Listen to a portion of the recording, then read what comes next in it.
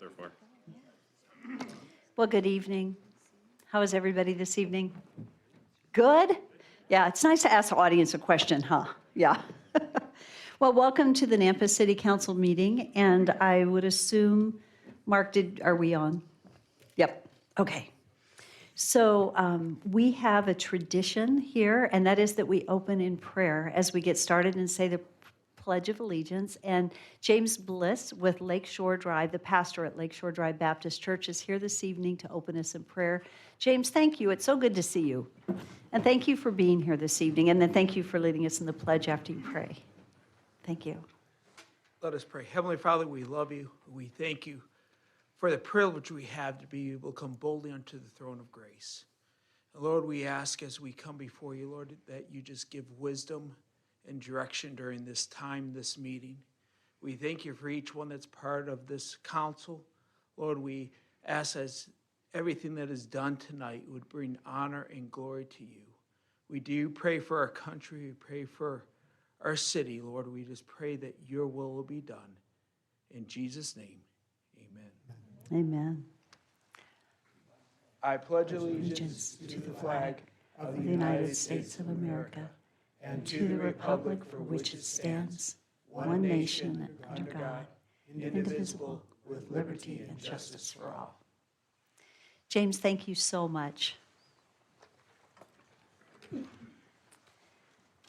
I can't start without saying, isn't it interesting today is 2/22/22? Yeah, it's how, and somebody was just saying, I think it was Nate, you were saying this won't happen again for 11 years?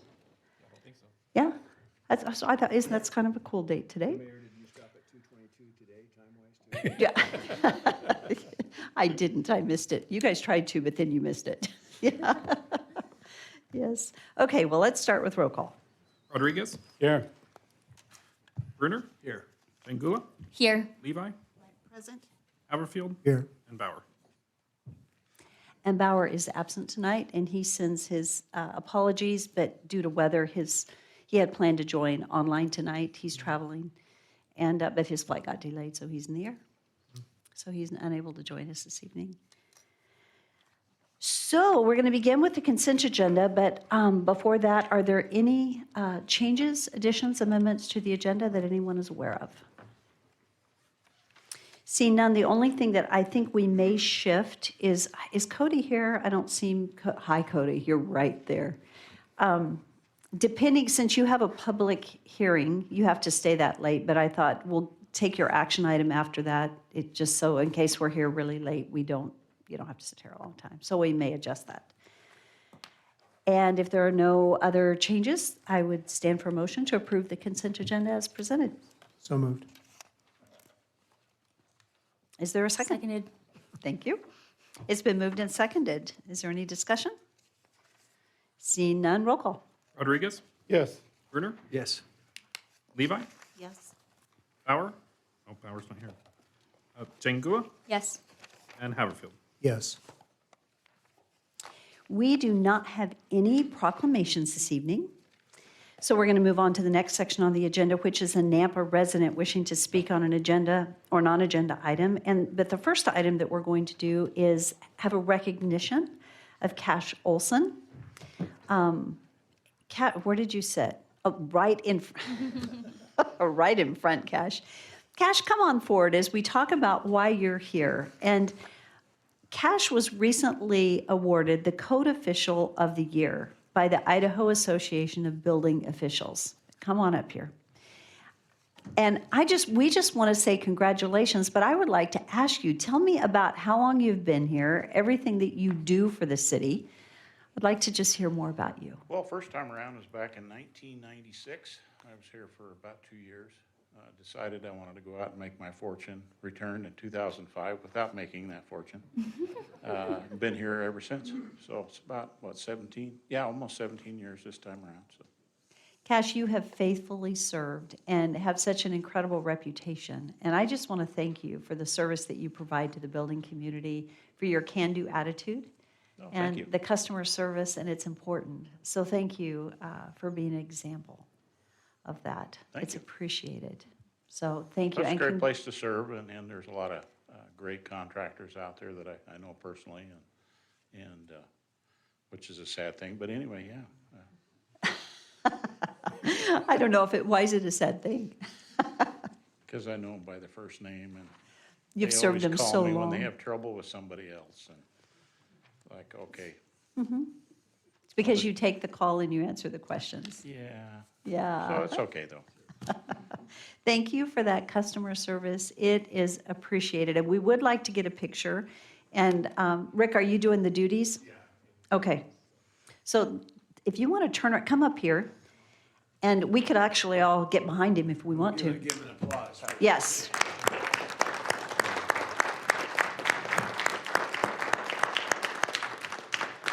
Congratulations. All right. It's pretty awesome. So let's all get behind. Okay, come on over. Everyone go on. Yeah. All right. Yeah, Patrick. Oh, it's your deal. Go on over. You stay with him. Oversee. And Patrick, would you? Come on up. You're so tall. All right. Everyone smiles on 3. 1, 2, 3. Again, 1, 2, 3. And I'll do 1 horizontal. 1, 2, 3. All right, we're good. Congratulations. Patrick, would you like to say anything? You'll have to get at the microphone, though. Mayor and Council, I've known Cash since I've been here, actually. I started here in 2013, and he's one of the first people I met, and he is always ready for the job. He's always upbeat, always willing to learn, and just an amazing person to, you don't have to supervise him much. So anyway, and for years, and the reason he got this award is he has been on the main person for the Education Committee for continuing ed for both the local and the state chapter of ICC. And so basically, he's one of the main reasons we're able to hold these education events in the fall and then in the winter, so that all of the inspectors, plans reviewers, permit techs, and building officials can get our required number of CEUs. And he's been instrumental in that for how many years have you been doing that? At least 10 years. And it's a tireless, thankless job, but I'm glad he really got thanked this year, so well-deserved. Cash, that is So- wonderful. Mayor, I'm always curious who his real boss is. And how long have you been supervising him? 43 years. And we just learned 6 children. Yep, and 7. 17 grandchildren. Isn't that amazing? It's pretty cool. Yeah, Thanksgiving's very interesting. Well, thank you for being here tonight. Thank you for all that you do, and congratulations. It's wonderful to be honored by that association, so thank you. Thank you. Give you another round of applause.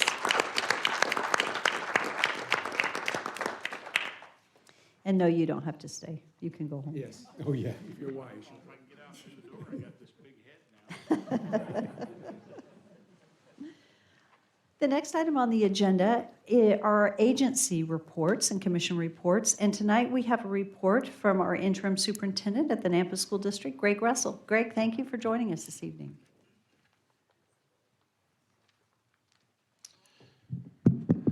Mayor Klings, City Councilmen, thank you for giving me an opportunity to be here this evening. I bring you warm welcomes from your friends at the Nampa School District.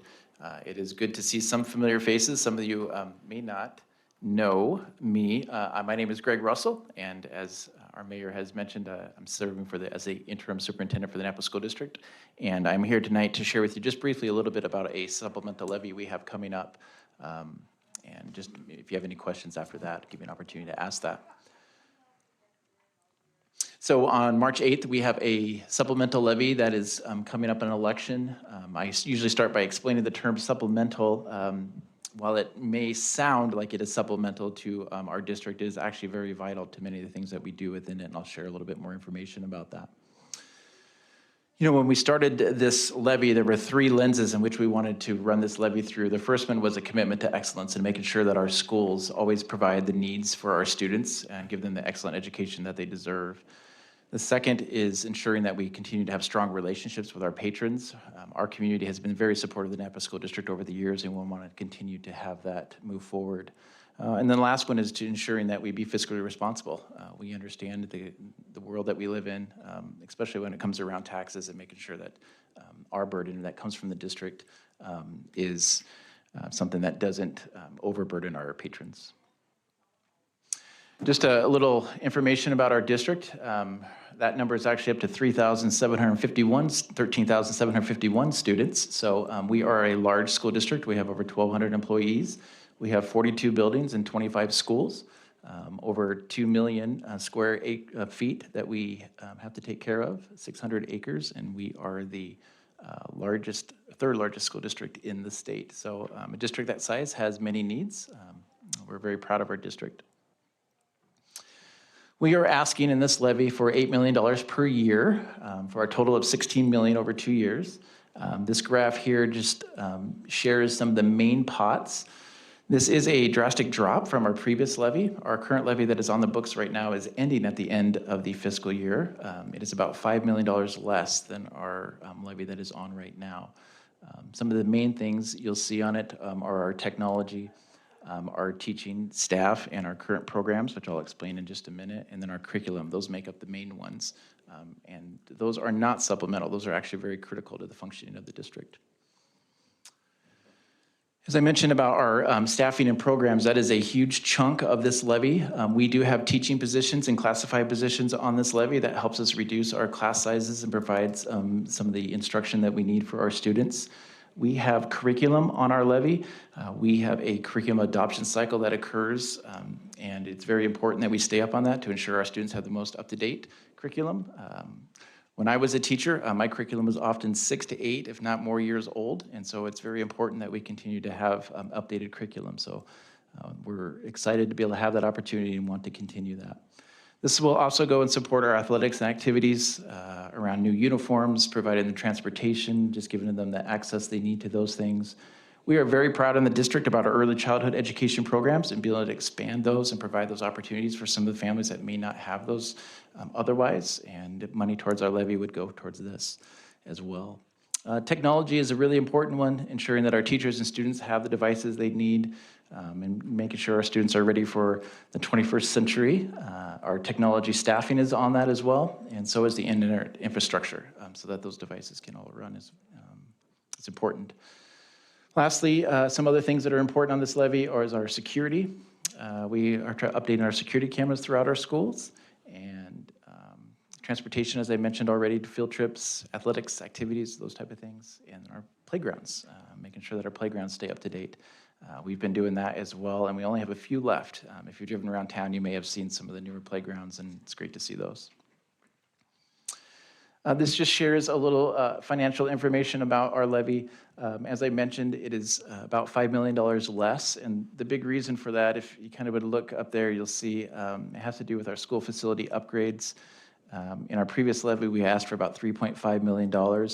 We were able to do some major maintenance repairs to some of our buildings. We repaired several school roofs, which are large ticket items, and then our HVACs, we were able to redo those as well. So that allows us to drop the request that we're asking, and that makes up a big chunk of why we're asking for less this time.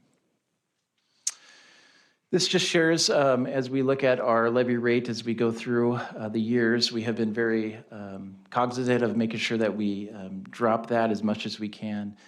We're looking at, you can see there, over the years, it has dropped to about $2.37 per $1,000 of taxable value. So we're pleased to, hopefully that may even drop more. But just to see that the district is very aware of the tax burden that we have in our community. This just shares a little bit of information. I know Mr. Dewey is here. He may come and have to share with us, but this has to do with a little bit around the tax value that we have with our folks. We do have a tax value calculator that individuals in the community can go to our district website. They can put in their assessed value, be able to calculate what that might turn out for them.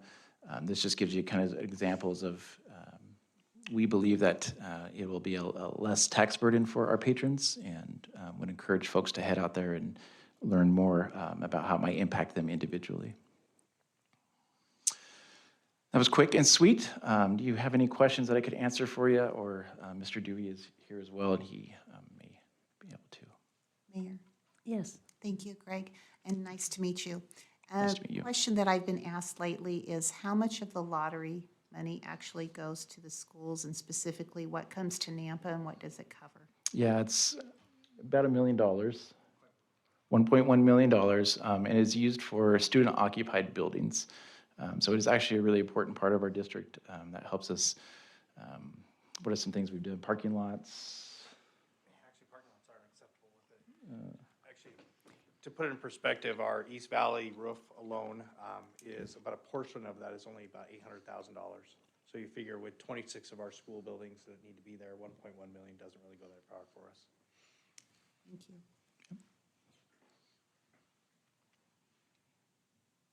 Other questions I could answer for you? Any other questions? Greg, thank you for what you do. Thank I you. appreciate it. I met you back when you were principal at Reagan. Yeah, And I just have watched your path and really appreciate your work. yeah, thank you. Thank you very much. Thank you. And your entire team. And thank you for taking time to come and educate us. Appreciate it. And we'll be sending out information to encourage people to get out and vote. And that's what's important, is that people are educated voters, right? And so from here, just so council knows, we were sending it out in a newsletter, and then I did a video that Amy will be sending out, just encouraging people, showing them where to go to get educated. We don't advocate at all in any direction, but so that they're an educated voter and that people vote. And the voting date is, again, March 8th. Yeah, Yes. so there's information on our website. We'd encourage folks to get out there and find the information and go vote. Thank you again for your time. Very much appreciate your support. Thank you. Mayor, you. you know, I always add, Dr. Russell also served in NU for several Yes, he did. years, so appreciate well. his service there now you, now with the Councilmember. younger folk. yes, Mayor Kling, yes. I actually spent time with Greg and Randy and Paul with Ron Harriman in the afternoon, one afternoon, and we went over the complete, presentation, and I was surprised that the amount they were looking at, because they need much more. And boy, thank you for being courteous to our taxpayers. That's commendable. And I know we could be more. We could do a lot more, but you're taking off on a good end. So I'm gonna thank you for that. Thank you. Thank you. Thank you. The next item on our agenda are staff communications, and Rodney Ashby is going to provide a quarterly growth report for us.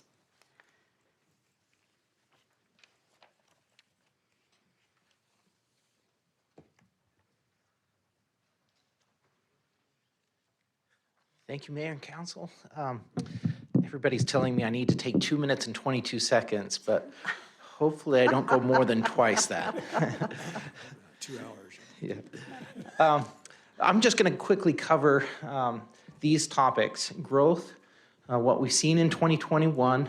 So this is the full year report for 2021. And then what 2021 subdivision applications were approved or are in review, and those should be in your packet, but I can cover those. Where is subdivision growth occurring? And then finally, how are subdivisions changing in Nampa?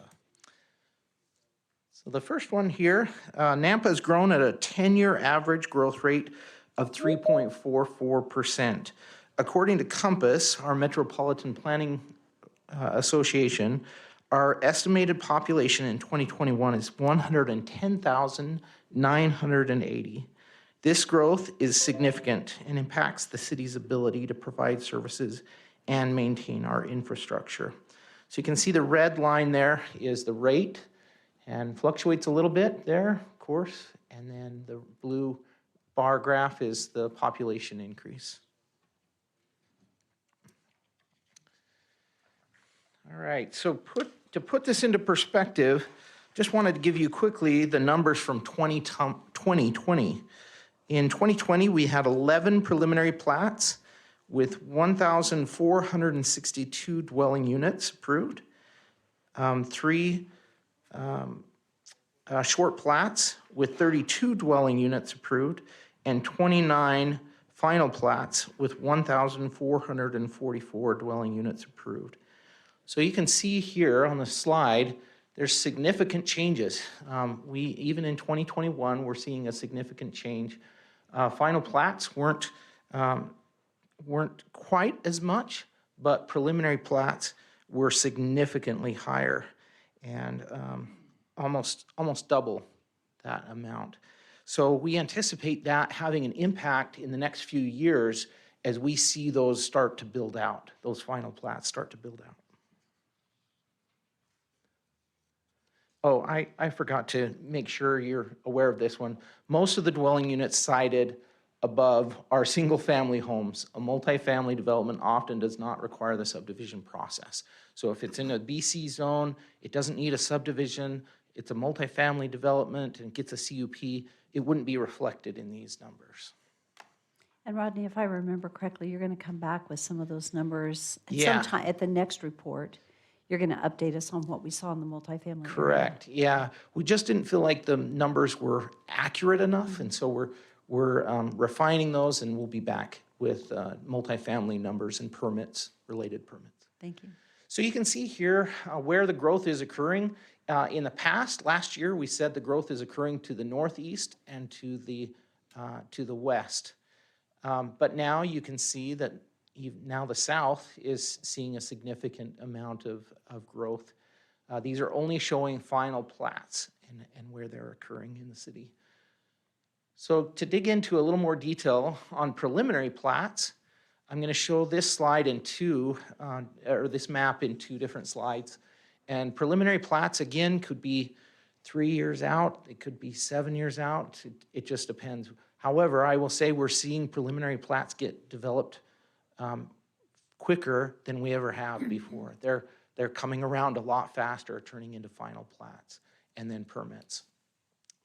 So again, you can see the preliminary plats, and we're seeing them all over the place. There's not really a specific location in the city that they are occurring, but they're kind of all over. So here's the southern section of that same map, and then the specifics of each of those subdivisions. So happy to address any of those, but you have those in your packet. Final plats. So same thing we've already seen, just want to give you a little closer view. These are ones that are going to be, you're going to start seeing these to be developed here pretty soon if you haven't already started seeing them be developed. Again, it's surprising, but we're seeing them all over each area of our boundary except for the eastern side of Nampa. And that's that area that we've talked about before where we have county subdivisions that prevent us from extending our utilities out there. And so that becomes a challenge for us to grow that direction. So these are the specific subdivisions that were in 2021. And here's our short plats, pretty simple. We only have 6 of those. Kind of small developments there. Okay, so how are we changing? Let me get to my slide here. So in the past 5 years, the city has been approving significantly more subdivisions and more dwelling units than previous years. Our final plat subdivisions densities have remained relatively consistent, generally between 3 and 4, and you can see that on this graph here. Staff finds that generally the growth in Nampa has only slightly fluctuated in density from 2013, remaining at an average of 3.69 gross density. Final plats approved in 2021 are below the average density.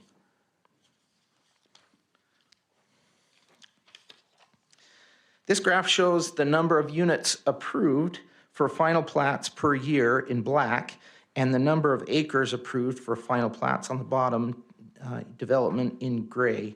This shows a dramatic increase in the number of units approved through the final plat process from 2013 to 2019. Last year, we assumed, and I communicated this to you, that this drop you can see from 2019 to 2020 was related to the COVID pandemic.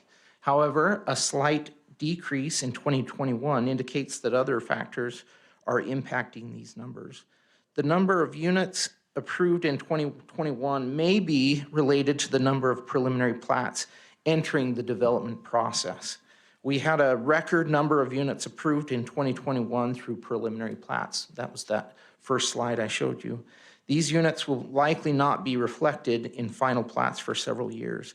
Despite the decrease in 2020 and 2021 for units approved through final plats, those years still remain dramatically higher than we've seen in the past. And you can see that back 2018 wasn't anywhere near the number of units that we were approving today in 2021.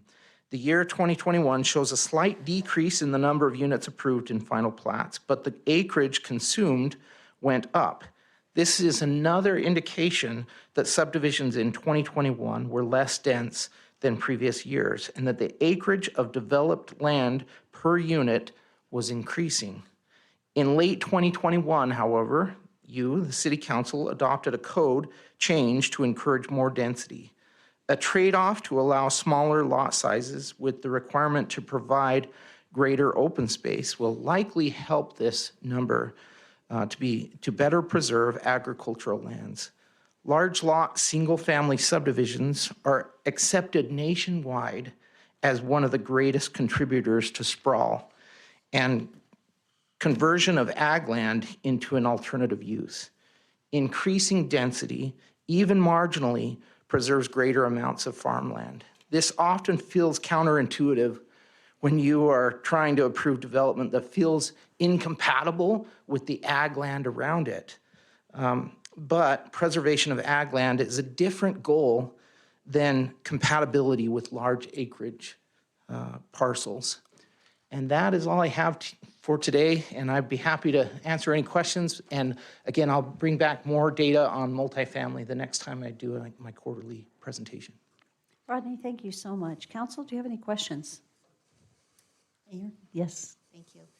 As I'm looking through that, and thank you for the update, I'm looking at the numbers of total of units and the total of people that are moving, and I'm thinking about Compass and the national average of 2.3, 2.6. But I honestly have a hard time with believing only 2.3 people are moving into a home. And so I'm thinking about that in two factors. One is, at what point are we concerned as a city that we're going to have water and other resources to provide for these developments? I'm going to turn that over to Daniel. But it is a significant concern that we have to deal with as part of our comprehensive plan and look at the master plans while we're doing that. Mayor, Councilman Levi. So the city is currently undertaking our water and sewer master plans that identify our needs within those areas. In addition to the distribution and supply side on the domestic water, we are undertaking an update to our water rights master plan that identifies the amount of water rights and when we need to be acquiring them for that future growth. Our current, if I'm remembering correctly, our current water rights master plan and our RAFN, which is a reasonable future anticipated needs that is approved through DEQ or not through DEQ, through the Idaho Department of Water Resources. We have, within the current RAFN, we have I believe a 50-year window of anticipated water rights that we would not have any issues. As we look at that and are talking with the Idaho Department of Water Resources, we don't have a concern over the groundwater source that we take from. There are some concerns as you head farther south down into more of the Snake River Basin, that there are some potential issues down there, but as the portion that we are in up north of the lake, and that we don't have concerns over that, having enough water for the growth that is anticipated with the Compass projections and that. Thank you. Well, lately I've been facing a lot of questions of people that have moved from out of state and said, you know, we've had water shortages, cannot meet capacity. And in Idaho, you've enjoyed having the water, but with us all moving here and taking the water, are you guys making allowances for that and preventative measures? So. And the Department of Water Resources and the municipalities, we are all looking at those types of things in conjunction with them and are comfortable at this point. And then another question, and I'm not exactly who needs this question, but as I look at the number of people and each time we have a council meeting and I'm looking at the developments that get approved and I'm adding up the numbers of people and I'm thinking 1 to every 1,100 to every 1 officer, we're behind, we're adding more people. What does that equation look like, or does it in planning and zoning? I mean, do you just bring that to our attention, or do we come to a point as a city where enough has to be enough because we can't provide the public safety that needs to be provided? We've had, Mayor and Council, we've had a lot of discussion about that because really you can't authorize a new staff member at 0.37 officers every time a new development comes in, right?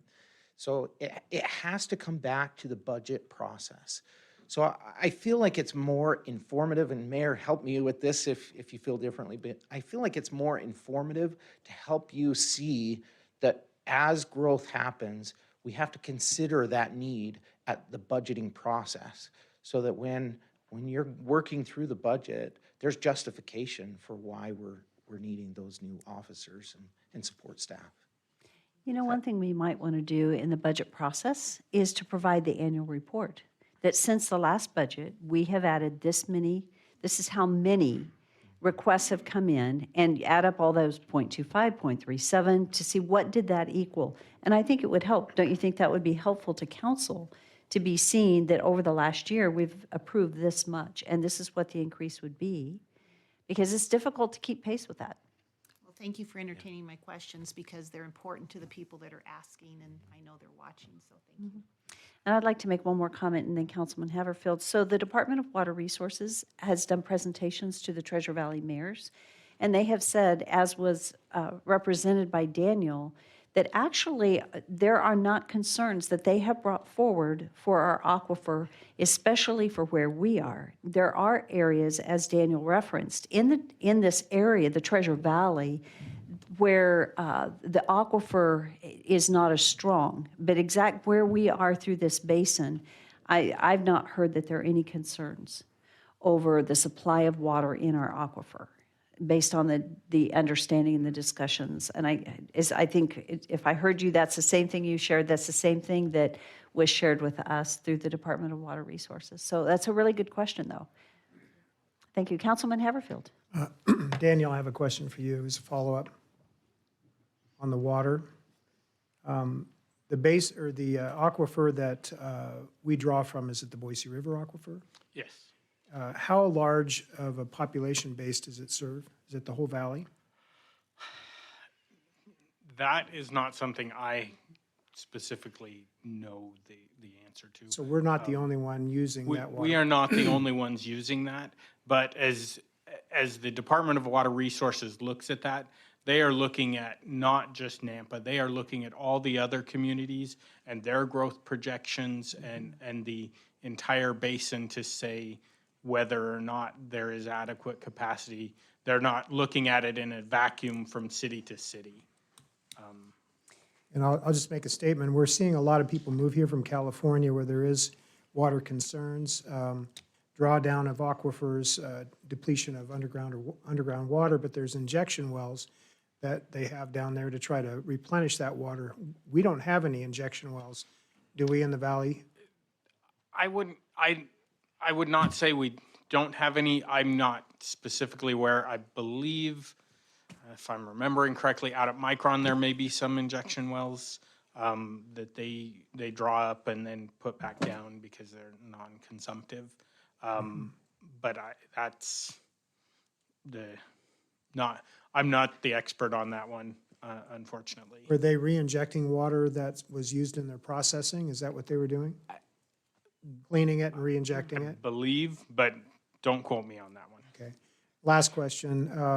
I believe that there is a reservoir that's planned in the future. I want to call it Cat Creek, but is that right? When is that to come online, and what is our water rights from that new reservoir once it's completed? So we have done a agreement to support that, to support the construction and the approval of that reservoir. We have, in our agreement, we have no obligation to purchase water from there, though we do have the opportunity to. And so we don't have any specific water right from that. And Tom's online, and he's probably more familiar with the Cat Creek one than I am, but I believe that's the way that our agreements are set up with them now. Well, it's just, Yeah, it's an this is insurance Tom. So policy. Daniel's correct.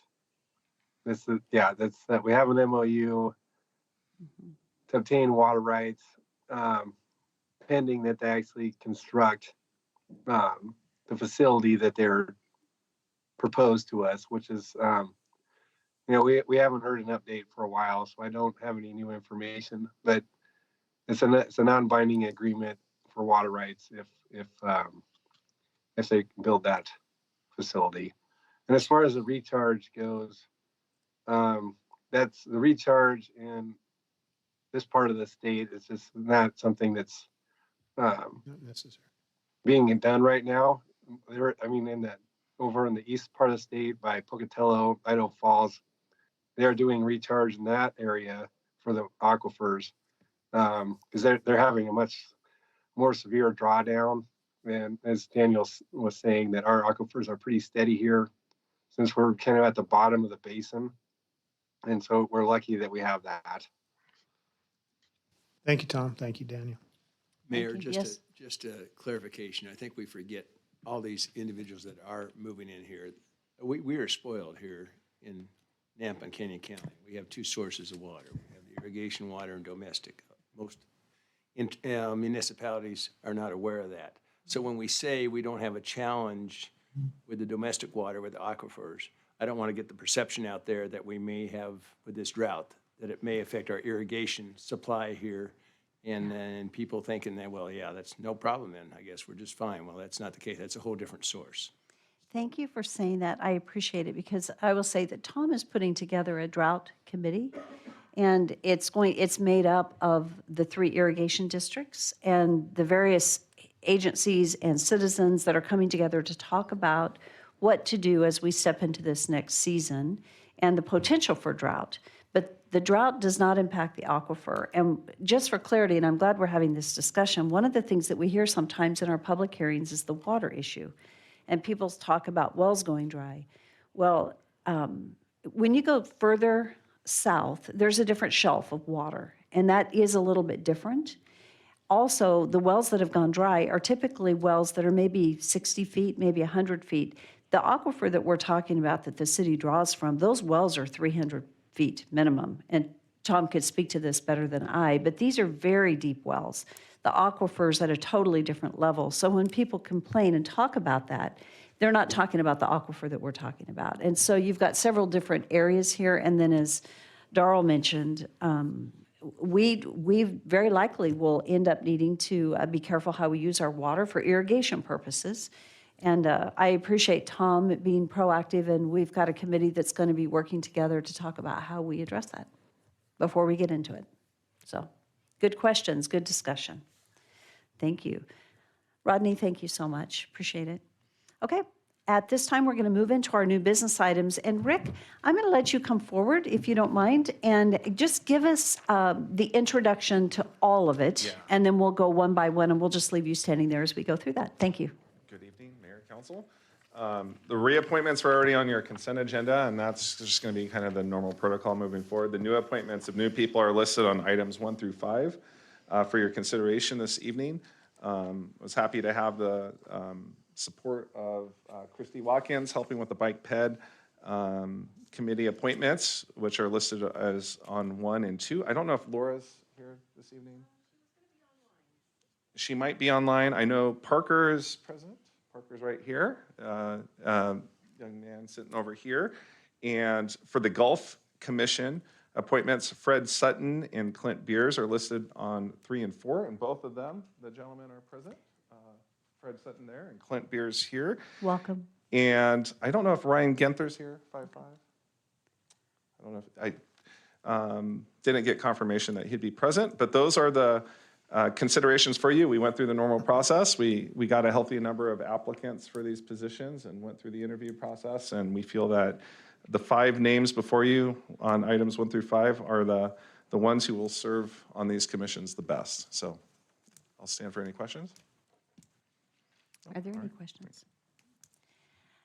And I would like to ask the question, if the council is so inclined to approve all of them in one motion, could we do that?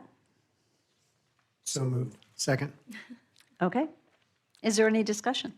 Yes, Mayor, I would. Yes.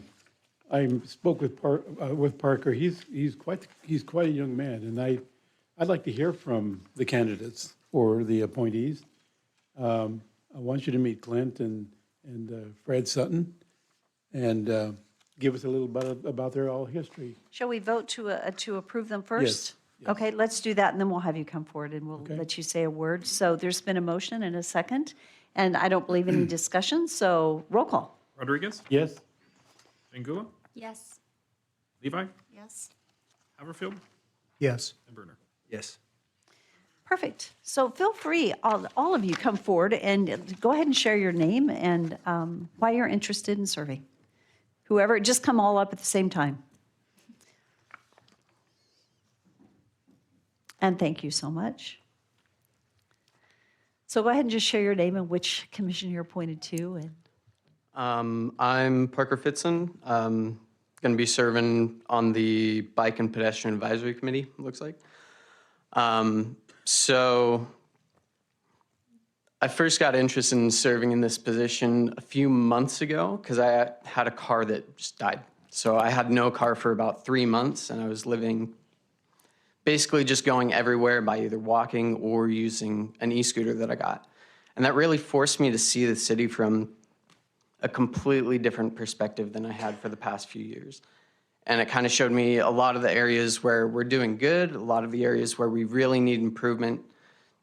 Because when you rely on just the bike and pedestrian infrastructure and don't really have the option of a car, it really forces you to see how the citizens of our city who don't have the option of a car have to go about it. So that really got me interested in doing what I can to help the city improve in that respect. And Parker, I remember, thank you, you coming and speaking to us as a council. So good for you. Thank you for your interest and thank you for serving. Thank you. Good evening. Hello, I'm Fred Sutton. So I'm going to be a part of the Golf Commission, and I've been in golf pretty much most of my life, and I've really enjoyed that. And I coach at NNU, so I'm usually out at our golf courses. So I really do, and one of the things I'd like to be able to bring to the commission is just some of the information that I have as a PGA member, and a lot of the golf courses I get to go around and play, and just some good ideas and different things, and just being a good, nice advisory role to be able to help grow the golf, because that's what it's about. So for me, thank you. It's so nice to meet you and thank you for your desire to serve. Great. Yeah. Thank you. Mayor, Dr. Sutton's also a professor, business professor at NNU. So Ah. I always have to get in these little tidbits. He's pretty humble, he won't tell you. And he said, you played on what tour when you were PGA and what's now the Corn Ferry Tour. So Speak up a little bit. no, I don't want to say it too loud. In other words, he not only teaches the golf, he also plays it very well. Well, thank you so much for having me. But his focus is children, Mayor. Yeah. See, there you go. Yeah, I work with a lot of kids, and so I run a kids tour that runs around the Treasure Valley and actually down in the Magic Valley too. So that's really my passion, is working with kids and helping them and helping grow golf through that too. So Thank you. yes, That's awesome. Thank you so much. Well, thank I you look so much forward for to having me. Seeing more of you. Thank you. pleasure. Mayor, Council, my name's Clint Beers. I've been a member of Centennial Golf Course since 2008. John Lewis asked me to apply for the Golf Commission because I'm very vocal about the issues I see at Centennial with him, and he said, well, quit telling me, go tell somebody who can do something about it. So I'm looking forward to serving on the Golf Commission. Hopefully can bring you guys some insight to what I see as a player and a member of the Centennial Men's Golf Association. Just a moment. Clint, would you tell us your history, your work history? My work history is I graduated from Bora High School in 1984 and went to the United States Army. I served for 24 years on active duty. I retired in 2008 as a sergeant major. I started working at the Northwest Nazarene University as the Army ROTC instructor, where I've met Darrell and I've met Victor. And I remember Natalie when she came by my house earlier this year with her son and knocked on my door and said, please vote for me.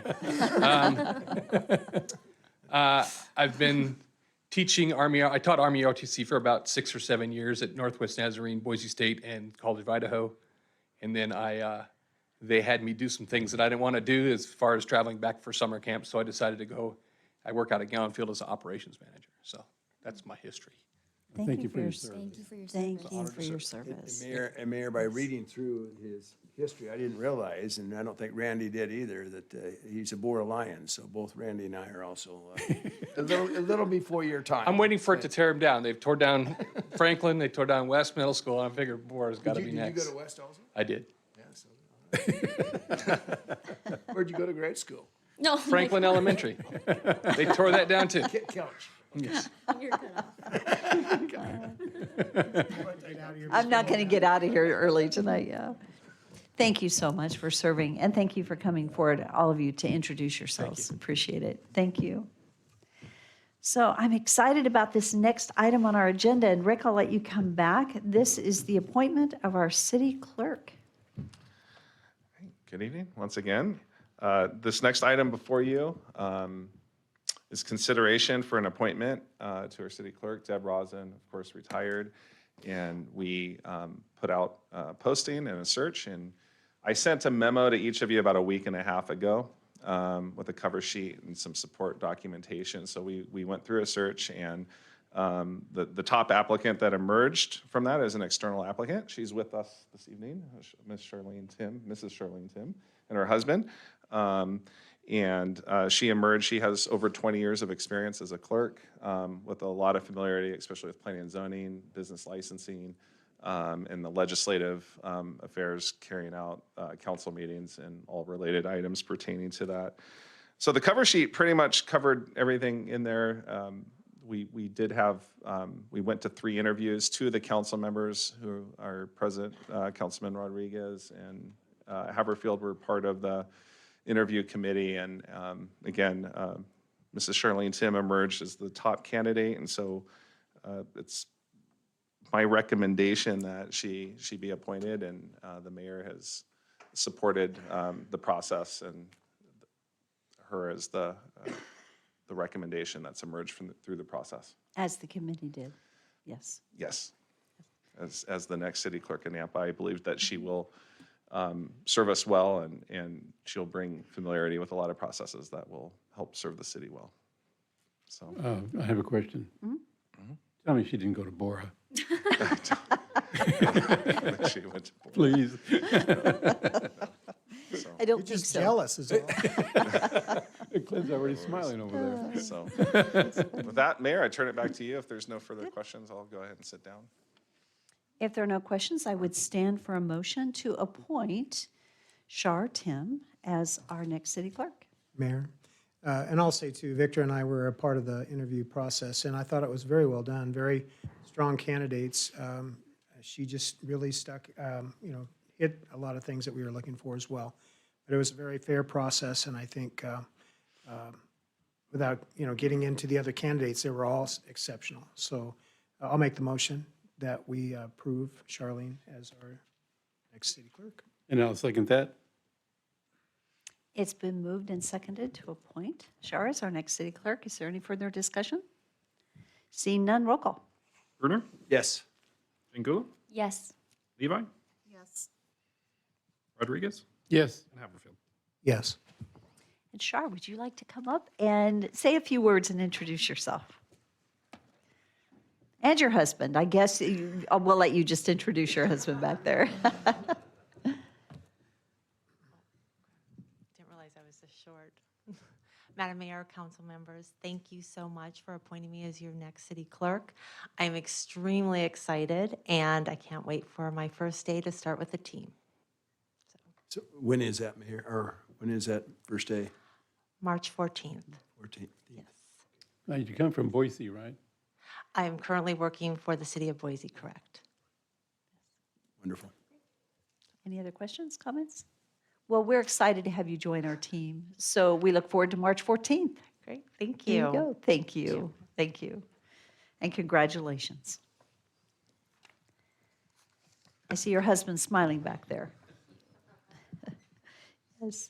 Okay, item 5.7 is to authorize the mayor to sign a resolution adopting the City of Nampa grants policy. Doug?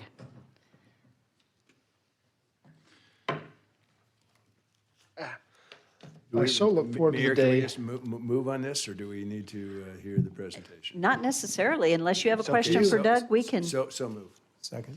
Okay, it's been moved and seconded to authorize the mayor to sign the resolution adopting the City of Nampa grants policy. Is there any further discussion? Roll call. Rodriguez, Yes. Pingula, Yes. Levi, Yes. Yes. and Bruner. Yes. Item 5.8 is the first reading of ordinance amending Title 5, Chapter 12 of Nampa City Code, updating the alcohol code to require server training and adding a penalty for serving without a city license. Would the council like a presentation on this, or do you have any questions? If you don't, we would stand for a motion. Well, we need to read the ordinance. Oh, I'm sorry. Excuse me. Thank you. An ordinance enacted by the Nampa City Council amending Title 5, Chapter 12, Sections 3 and 17 of the Nampa City Code, adding a server training requirement and violation consequences for failure to comply, adding language regarding the renewal of licenses for those who have served previously without a license, providing an effective date, providing for severability, and repealing all ordinances, resolutions, orders, and parts thereof in conflict herewith. Mayor, I assume they want to pass this under suspension of rules. Yes. I'll make the motion to do so. Second. It's been moved and seconded. Is there any further discussion? Roll call. Rodriguez, Yes. Pingula, Yes. Levi, Yes. Bruner, Yes. Haverfield. Yes. I would like to thank Jamie Burns. Jamie, you got the short stick. You got to be here for this tonight. Thank you. Hopefully, we're not as late as last time when Chief Huff was here. Thank you so much for your service. Thank you for leading this and for your counsel and guidance as we work through this process. Thank you. Item 5.9 on the agenda is to authorize the Mayor and Public Works Director to sign a task order for a scope of work with JUB Engineering to provide design services for Highway 16 corridor specific area plan project in the amount of $110,260, time and materials not to exceed, plus a 5% contingency of $5,500 for a total of $115,760. This funding is to be covered by ARPA and presented as a component in the budget amendment that will be in the second city council meeting in March. This is an item that we briefly touched on during our council workshop last week. So move. Second. It's been moved and seconded. Is there any discussion? Seeing none, roll call. Rodriguez, Yes.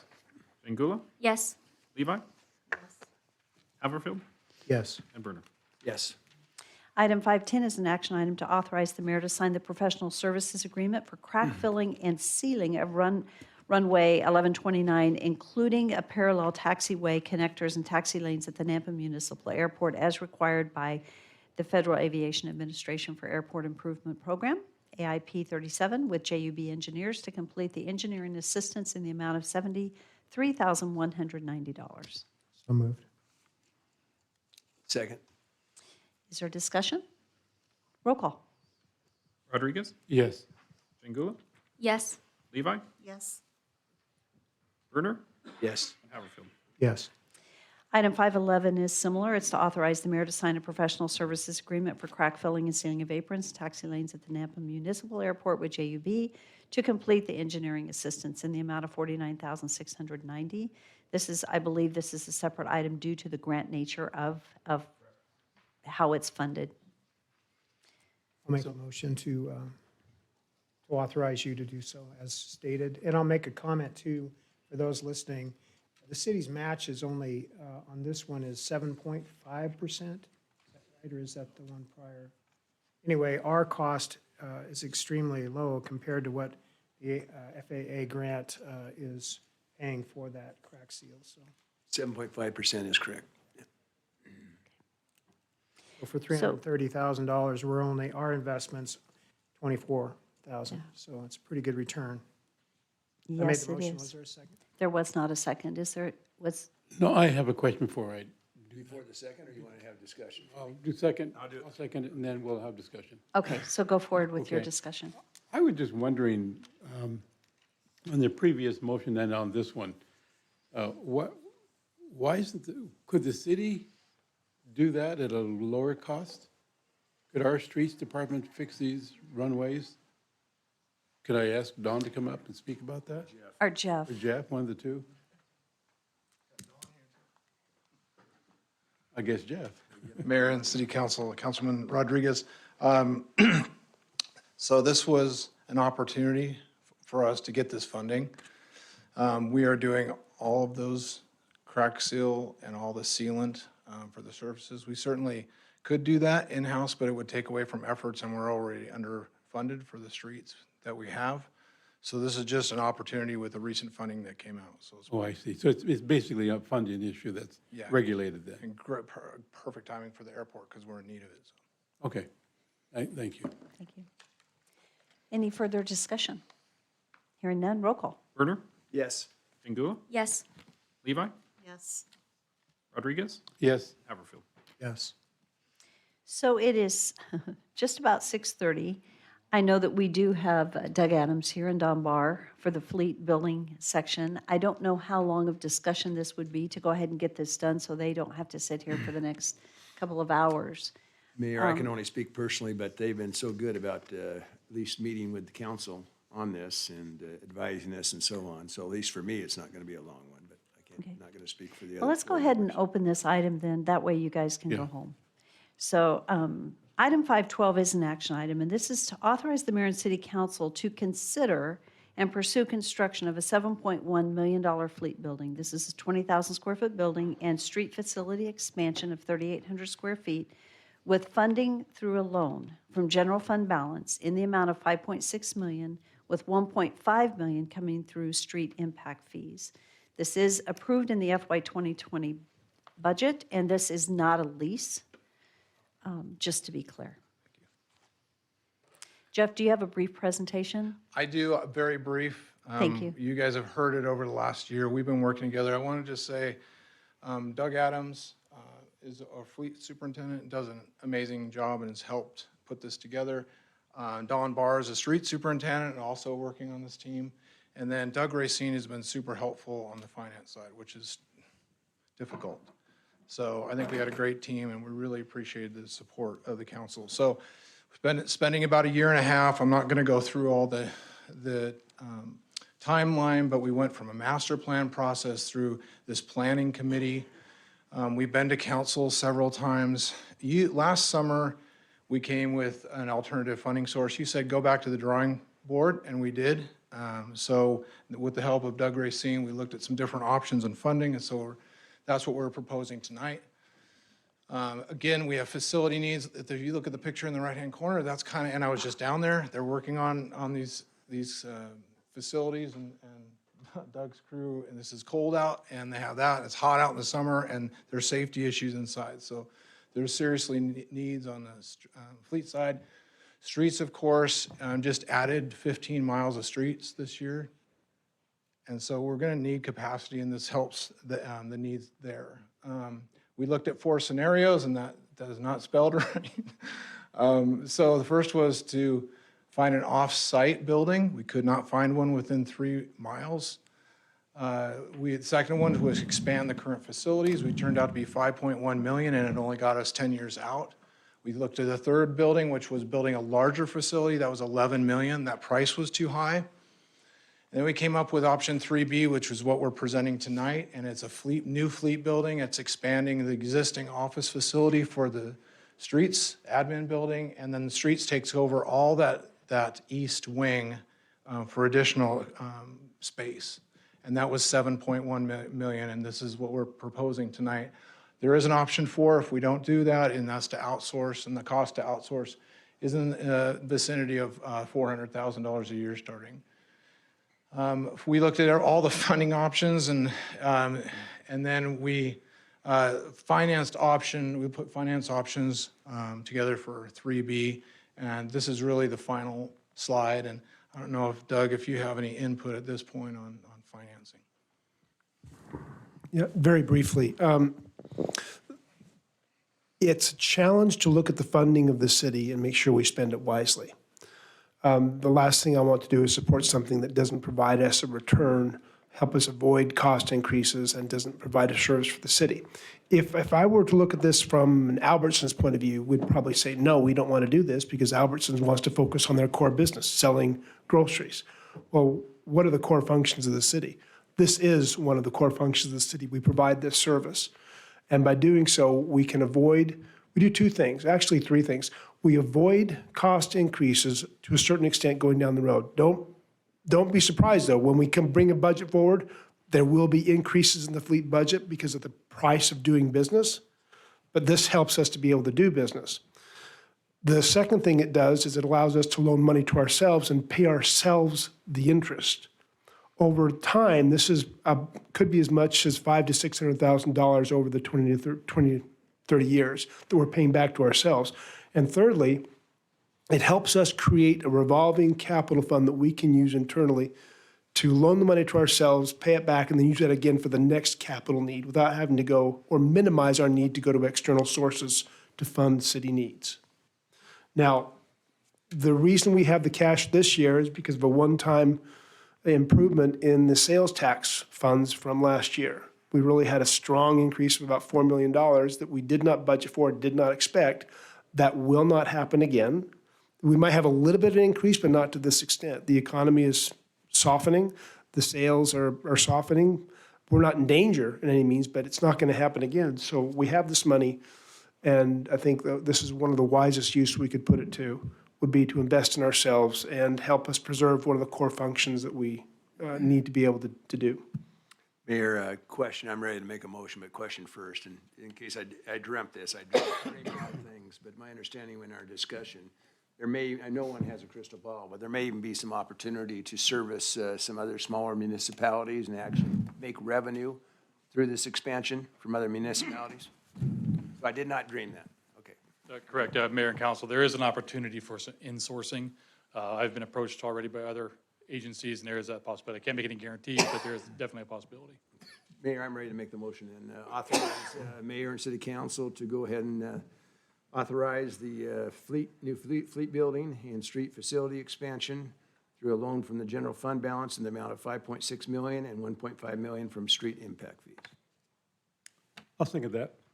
Mayor, I have a question. Yes. So as we move forward, and I asked Todd this question, actually, maybe I can just let Todd give further information on it, but my concern is as far as future councils being obligated to make this payment. So I asked Todd for clarification on that. Madam Mayor and Councilmember Haverfield, essentially you have the money now, so it's your money. That helps protect the constitutional aspect. You're not lending your credit to somebody else. But it is subject to your annual appropriation process, whether that gets paid back, so to speak, or not. So, you know, you're loaning yourself the money, your risk is kind of the interest payment and whether you get that money paid back to that fund. But again, it's subject, I think that's the caveat, it's subject to annual appropriation. You have to make that determination, or a future council has to make that determination annually. And whether they decide to eat that, you know, in 10 years or not, that's up to the council at the time. Thank you. It's a good question. Just a couple of comments as we move forward. Because this is a pretty quick discussion tonight, and for anyone online or listening, this is not a quick decision. A tremendous amount of research, and I feel for Jeff and the team because I've sent them back so many times, and but they've stayed very diligent in doing the research, doing the heavy lifting, trying to make sure that this was a wise decision as we moved forward. And they've spent tremendous time meeting with individually with council members answering questions. So this council, this is not the first time they've seen that for transparency purposes, it's all out before the public, but it's not a fast decision, it's a well thought out decision. And I just want to say thank you. Don Barr, you do an amazing job with streets. I want to say thank you. I commend you for the work that you do, the training that you do, your leadership. It's been outstanding. And Doug, likewise, your management of our fleet and how you, one, make sure that we have the parts ready to go. It helps us keep going and not have lost time, downtime, which time is money in that case. So thank you for your leadership. Thank you for your stewardship and the great work that you do. And Jeff, this has been a big project. You've done a very good job leading it, presenting it, and taking it around that camp one more time every time we've asked for you to. But thank you. So I think this team has done a good job, and I certainly support this decision. So is there any further discussion? And Doug, thank you for the financial review and the consideration of how to fund it. And I appreciate the fact that we've listened to our citizens who said no leases. Yes. Just one more question or an observation is, you know, we talked about $260 a square foot is what the anticipated cost for this is.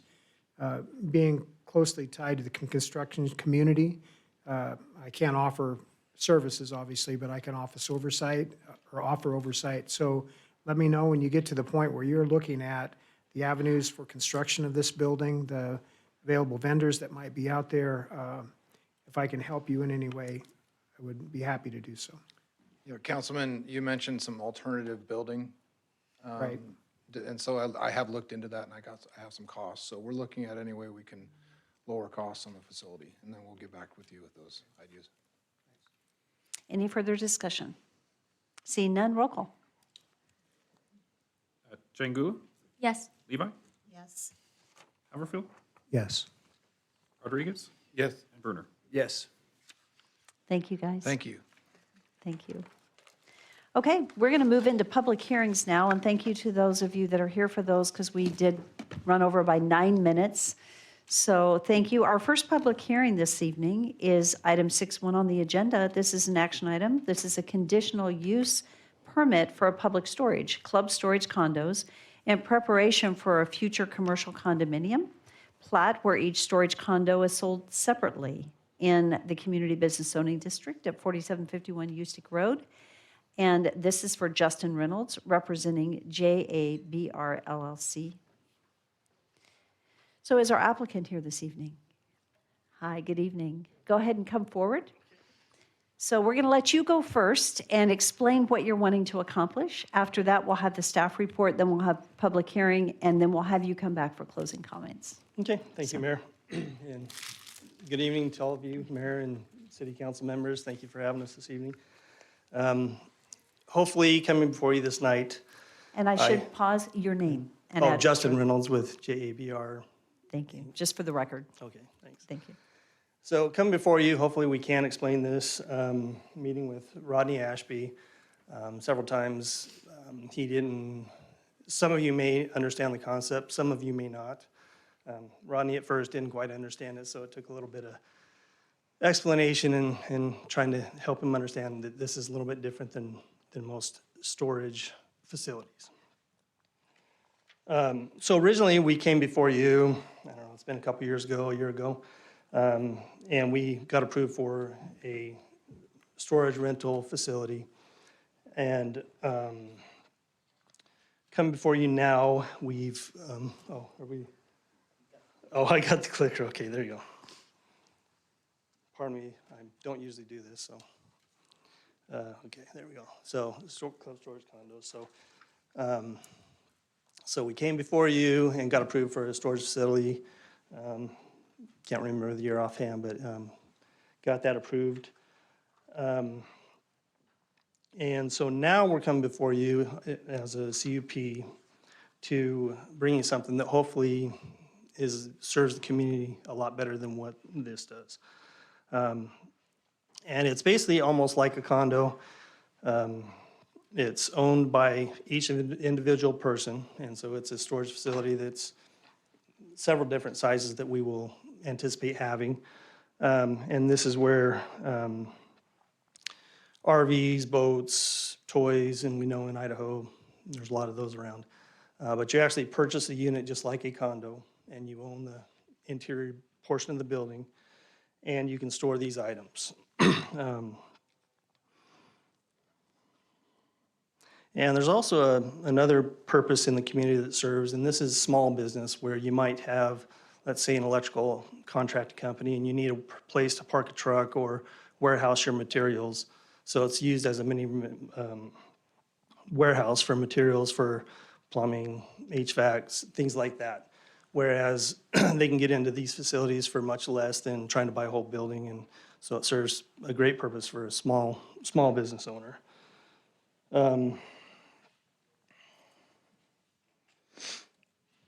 And in this, originally, through the staff recommendation, it said that these will have bathrooms in these units, and it won't be like that. It'll actually have a restroom that will be community used, and there'll be a little clubhouse for get-togethers and things like that. So it'll be a small clubhouse for the owners of the condo units. And like a condo, these will also have CC&Rs and HOA dues and board members to control, just like a condo or a single-family dwelling. We're moving on. That's where I'm at. Sorry about that. So it will be much like a condo or a single-family residential neighborhood. They are privately owned. They will be climate controlled.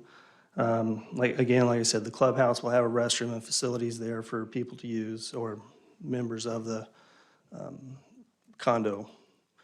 And most likely we'll have an exterior RV wash. It will be secure with security and cameras. And then upgraded features would also include epoxy floors, automatic door openers, 100 amp service, upstairs loft that can be built in at a later time if needed. Otherwise, it's just kind of an open space to park vehicles and luxury items. So amenities to the storage facility, again, 24/7 security, electricity, large vehicle washing area. And right now, there's several of these in the valley, but they're basically reserved before they're even built.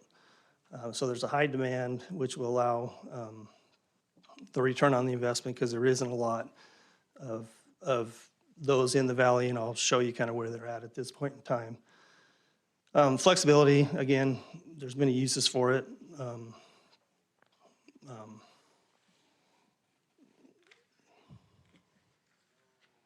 These are kind of examples of what the interiors look like and the exterior of the facilities. These are just taken off other places in the valley and other parts of the country that also have these units. And that's an example of a pretty basic one where you just kind of park RVs, boats, or whatever, and it's just a place to store your items. And these are kind of examples of what the exteriors can look like.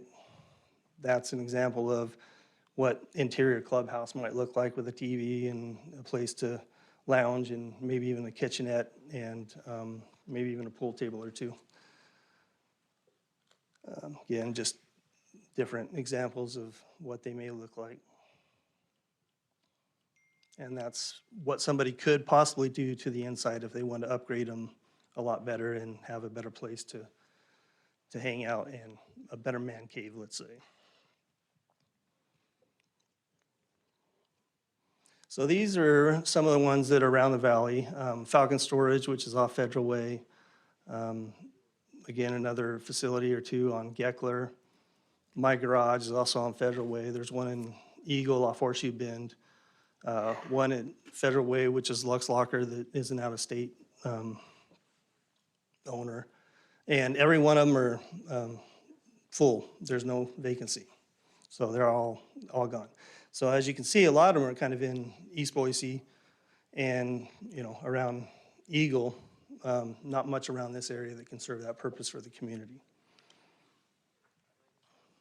And then again, benefits to the community, addition to the RV and boats and storage for that kind of thing, small business. Units are taxed like condominiums. So as they get sold, which they can be sold, that revenue would be also increased with the higher prices for the community. Real estate taxes, so it's real estate commissions are paid on selling those, just like condominium or single-family home. More attractive because we can dress them up a little bit. And because of the HOA, they're going to keep it nicer because they have part ownership basically of the community. And also part of this is, which we've had discussions with City of Nampa as far as doing a community well. There's no water service necessarily in this area or sewer, but there's also other partners or other neighbors that also have plans to do things which we could neighbor and partner up and get these things accomplished for all these sites. And that's just kind of a concept at this point. And as you can see on the left side, that's kind of shows the sizes of units that are possible. Originally, I think someone had a question about, we turned in the plat plan and it had like 5x5s. Well, that was kind of done by Architects Northwest, and we had them put this on the original plan that we had before. So they're actually larger units. And again, these are just kind of concepts of what our clubhouse might look like. The main restroom facility with a shower, and that would be in the clubhouse. This would be kind of a upgraded unit with a mezzanine area for hanging out or storing parts, and that would be an extra. That's another kind of interior view of what the clubhouse may look like, with a reception area for HOA and that type of thing. Same, just kind of another shot of the interior. And so a timeline, if we can get approved, as soon as we could get permits issued, we'd try to complete phase 1 within about 12 months. And again, phase 2, 3, or however that works would depend on reservations or wait lists. So phase 1 would kind of determine how fast we take that. And at this point, we would, just by word of mouth, we could have a possibility of at least 10 reserved right now without even trying to get anybody else. So that's just trying to keep it quiet, and we have that much interest so far. So appreciate your time, and thank you. Thank you. Council, do you have any questions? Yeah, Mayor, just curiosity more than anything, since it's, to me, it's a new concept that I'm not aware of. Mr. Reynolds, I know you're doing different square footages. And so what's your current price structure, just as far as for small to large? What are you looking at for a sale price? Okay, so we're basically I'm averaging our pricing, the average price would be probably about $150,000. So there will be some less, some more, and that's based on prices today. Councilwoman Levi. Thank you, Mayor. Justin, other than the zoning, what prevents people from actually living in the unit?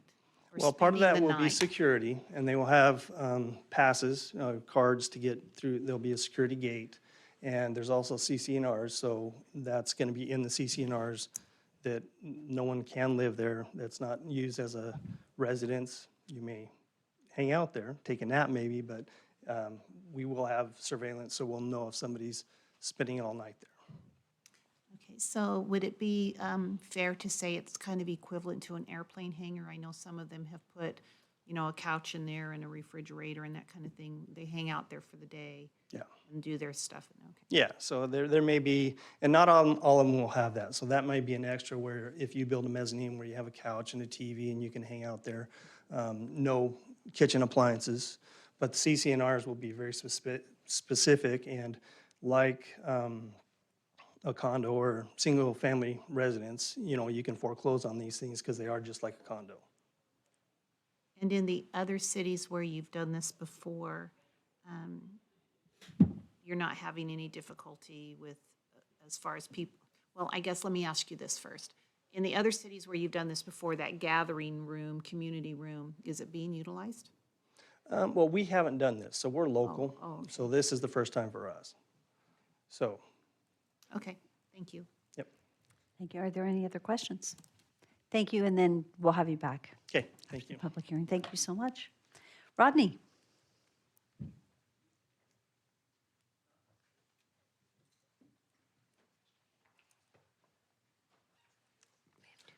All right, Mayor and Council, as you can see, this is a new concept. Had to do a lot of questioning and researching about this approach, and so hopefully we can get to some of the meat of my questions and some of the questions you may have or have already asked. So this is the property. This is just an aerial from Google showing the location. You stick to the north and Star Road to the west there.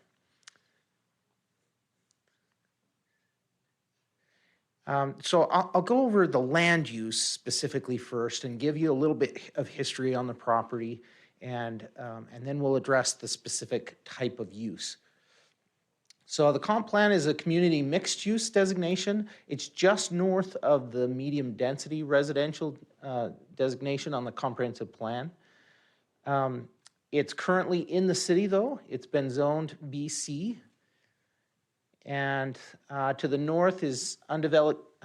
When I say to the north, I mean beyond the BC zone, and I'll explain why I'm including that parcel just to the north in just a second.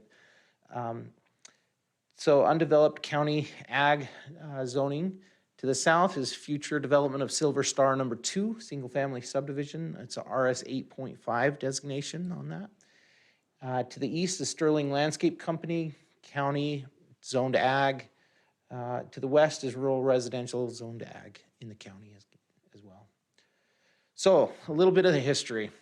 So City Council approved the annexation in April of 2019. And at that time, there was a concept plan for the entire parcel, including, if I go back one slide, you can see to the north of where I've outlined the parcel, that all of the red was a single parcel at that time. It came into the city as one parcel.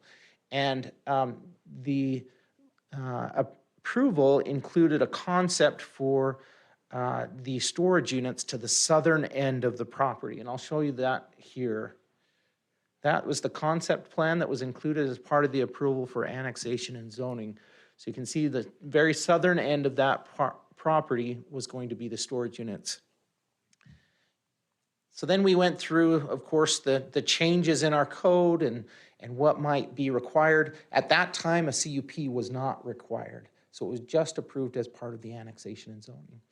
So then July 2019, a commercial permit was applied for, and the entire unsplit property on that property. The plan was to construct a storage facility on the parcel I've shown you.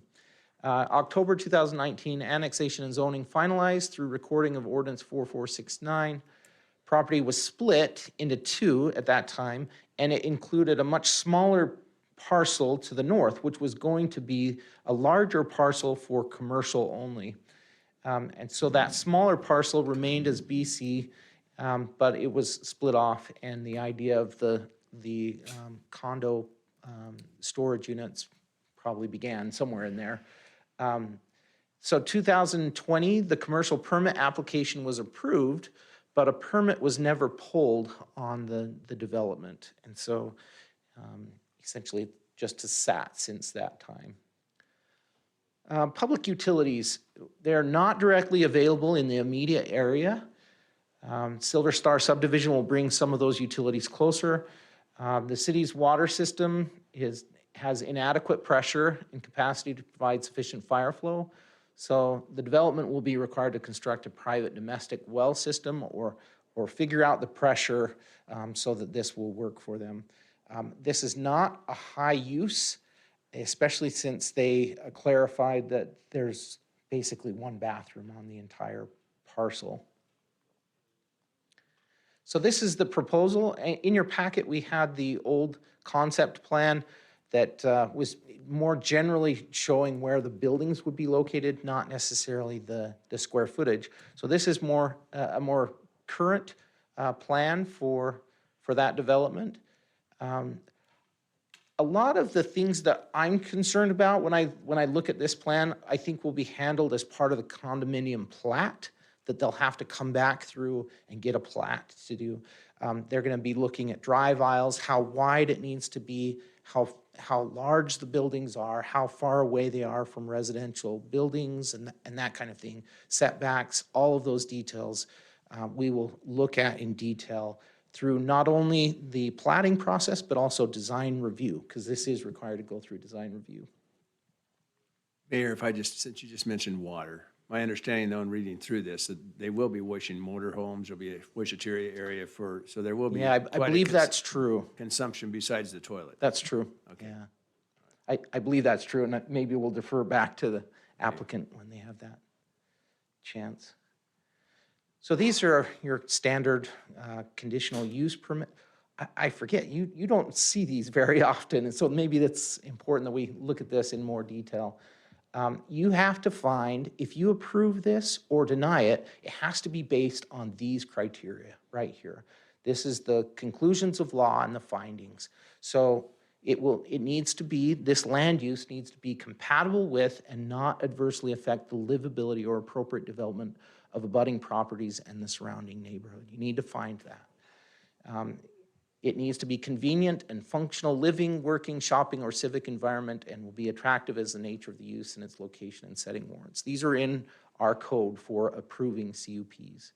This is a unique one because it goes to City Council, where normally those would go to Planning and Zoning. And then the last one, it needs to enhance the successful operation of the surrounding area and its basic community functions. Conditional use permits are generally seen as, they are permitted with conditions, and you need to mitigate the impacts to neighboring properties. So anything that has to be done, you need to add on to the conditions to make it compatible in the area. I'm sorry, could I ask you a question? Yeah, of course. Doesn't this property already have a CUP for storage units? So it does not, Mayor, and that's when I was saying Because about the earlier- annexation and zoning, we didn't require CUP at that time. So it came in with a concept, it was approved as a concept as part of the annexation and zoning. Everything was permitted, it was given a permit to proceed for building. So it's already entitled for storage units. Thank you. And so that really is the clarity, even though it wasn't a CUP then, it is already approved for storage. Yeah. And So the reason that for the CUP at this time is because of the change in the public, the change that it is now club storage condos. It's actually a couple of things. Okay. One thing is that our code says at the time of approval, you cannot expand beyond the boundaries of the storage units boundaries that were approved originally. They're wanting to So expand. they're expanding their use beyond that original boundary. And then second of all, it was just so unique. The code gives me enough flexibility to require a CUP so that we make sure we look at this in detail. And so I said, yeah, I think we need to look at this. Thank you. So these are, 10116 is our specific code that we developed, that City Council directed staff to develop, and that you approved for storage units. And I'd be happy to go through each of those, but I know that's in your packet, so I'm gonna keep going. And then I just wanted to highlight that these areas, like the structural appearance, design and layout, the lighting and security and the signage will all be handled through design review. The design review committee will look at all of those things. So we did get a couple of comments back, correspondence from agencies. And the first one is, essentially the building department wasn't sure how this was going to be developed either. And they said it needs to have fire separation from the storage part, or if there's going to be a vehicle in there, it's kind of like a garage. And then your living area, it needs to be separated with a firewall. So if there's anything like that that needs to be done, they'll have to follow city code. And then meet all the requirements of the fire department as well. And their fire flows and everything has to be achieved here. Rodney, does that apply to the design that we saw that is just an area to sit? Because Yeah. these are obviously not living units. Right. So, and I was mean, hoping Patrick would be Yeah. here for that question. I had the same question. It seemed like Patrick was saying that there does need to be a fire separation, a firewall separation between an area that's even for lounging versus living in. But I had the same question about the hangars, the airport hangars. I don't think that they do that same thing either. So I'm not sure how that's going to work, but essentially it needs to follow code. It needs to follow the IBC code. And I think Patrick's still looking at this to make sure it's clear what needs to be done. And then the Nampa Engineering Division, I'm going to kind of skip over this. Mostly it has to do with the utilities, providing utilities, and then the street improvements will need to be done when the front property gets developed. And they'll have to have an access, because it was originally, it came in as one parcel. Now it will have to have some access through that front property. So they just want to make sure that that's clear. So I kind of talked about this a little bit, but the applicant clarified after the staff report was submitted that the only bathroom is in the clubhouse. The applicant submitted a new concept plan that was for the larger 180 units. And this wasn't provided in your packet, but I have that slide for you tonight. And then applicant referenced several local facilities, and I just wanted to quickly run through just a couple of these. This is Falcon Storage Condos in Boise on Federal Way. And so this is Google Street View on the bottom right to show you how it looked from the outside. And then on the inside, you can see the appearance of these buildings. Same ones. This is the one on Federal Way. You can get a sense of what's going on in those units. This one is Go To My Garage, also in Boise, and there you can see kind of that mezzanine where you can go upstairs and lounge or whatever. Again, we have some concerns about a kitchen facility and plumbing and that kind of thing. That's going to be a little bit more of a concern for us, so we'll just handle that through the permitting process. And then I think that's all the drawings I showed. I've highlighted this in the staff report. I'm not going to go over a lot of details here, but essentially they'll just have to follow all those standards that we adopted in the code for setbacks from residential. They do meet the minimum buffer of 2,500 feet from another storage unit facility. Not a lot of concerns there, except that they'll have to meet that. So here's the kicker. The fiscal impact analysis. I asked the applicant what their total value of the property will be after completion. And the number they gave me was $27,810,000. Building square footage was 212,000. And so that comes out to value per square foot of $131. And then I ran it against our fiscal impact analysis for that square footage. And I found that to be a positive benefit for the city, meaning the services we provide to this type of land use, in order to cover those expenses, you have to have at least $16 a square foot in value. So obviously a big difference here. It's 8 times, more than 8 times the minimum to a value to be positive for the city to serve it. That's only one part of the equation, of course. And so if you feel like there's other things we need to talk about, I just wanted to make sure you are aware this is definitely coming out as a benefit financially for the city if this were to come in. And that's just my note that basically coming back to what the mayor referenced is it's already been approved for storage units on that southern end. If they didn't get approved tonight, they would still be able to do typical traditional style storage units as they were approved for. And here are my recommended conditions. Those are also in your staff report and a potential motion for your consideration. Rodney, that was an excellent report. Thank you. And thank you for including the fiscal impact. I really appreciate that. Bet. Council, do you have any questions for Rodney? Councilwoman Levi? Yes? Thank you. Rodney, I'm concerned about the front piece of property does not require, try this again, we do not require the landscaping until that front piece is developed. Do we put something in the conditions of approval so that we're not 2 or 3 years down the road waiting for that to be landscaped? So the property out in front is a different property owner. I talked to engineering about this morning, and we just feel like if it's different property owner, we can't put those same conditions on them. But we have had conversations just recently, a pre-application meeting with a plumbing company that's considering that location. And so my hope is that we'll see something pretty soon.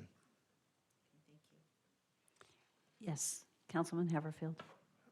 Mayor Kling, I need to disclose that I've had prior involvement with the Reynolds family on the prior approval processes. And some of the things, I asked Todd if this is an issue since I currently do not have a financial relationship with him on this. They've advanced it themselves, so I can ask some questions and choose not to recuse myself in this regard. So, but I will state for council, the approval process that we went through for, if you go back in 2019 and 2020, part of that process was annexation and zoning, obviously for the approval of the storage units on the back portion of the property. But because it was in a BC zone, it had to meet design review standard requirements. So the enhancement was already a part of that initial project. So frontage improvements, even though it was back quite a ways off of the main road, was sensitive to that responsibility. We had it actually to the point where a commercial building permit was approved, and they could have moved forward at that point, and then this shift happened. So I haven't been involved with it since then, so I just wanted to disclose that, let the council know that the project has already gone through the process once, was granted the approval for storage. So again, back to my question though, when you gave your presentation, each one of those units would have had a 1-hour fire separation wall between them. Now there'll be a 2-hour fire separation wall between them. That's just a building code requirement to be able to have condos. Right.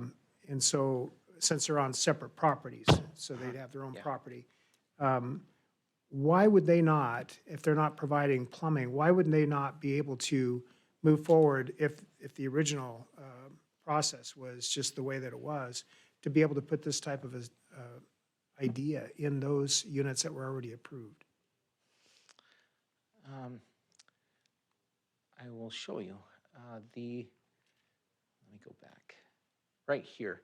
So if you look at the area that's taken up on the original approval, the concept plan included in the ordinance included this area for storage units, okay?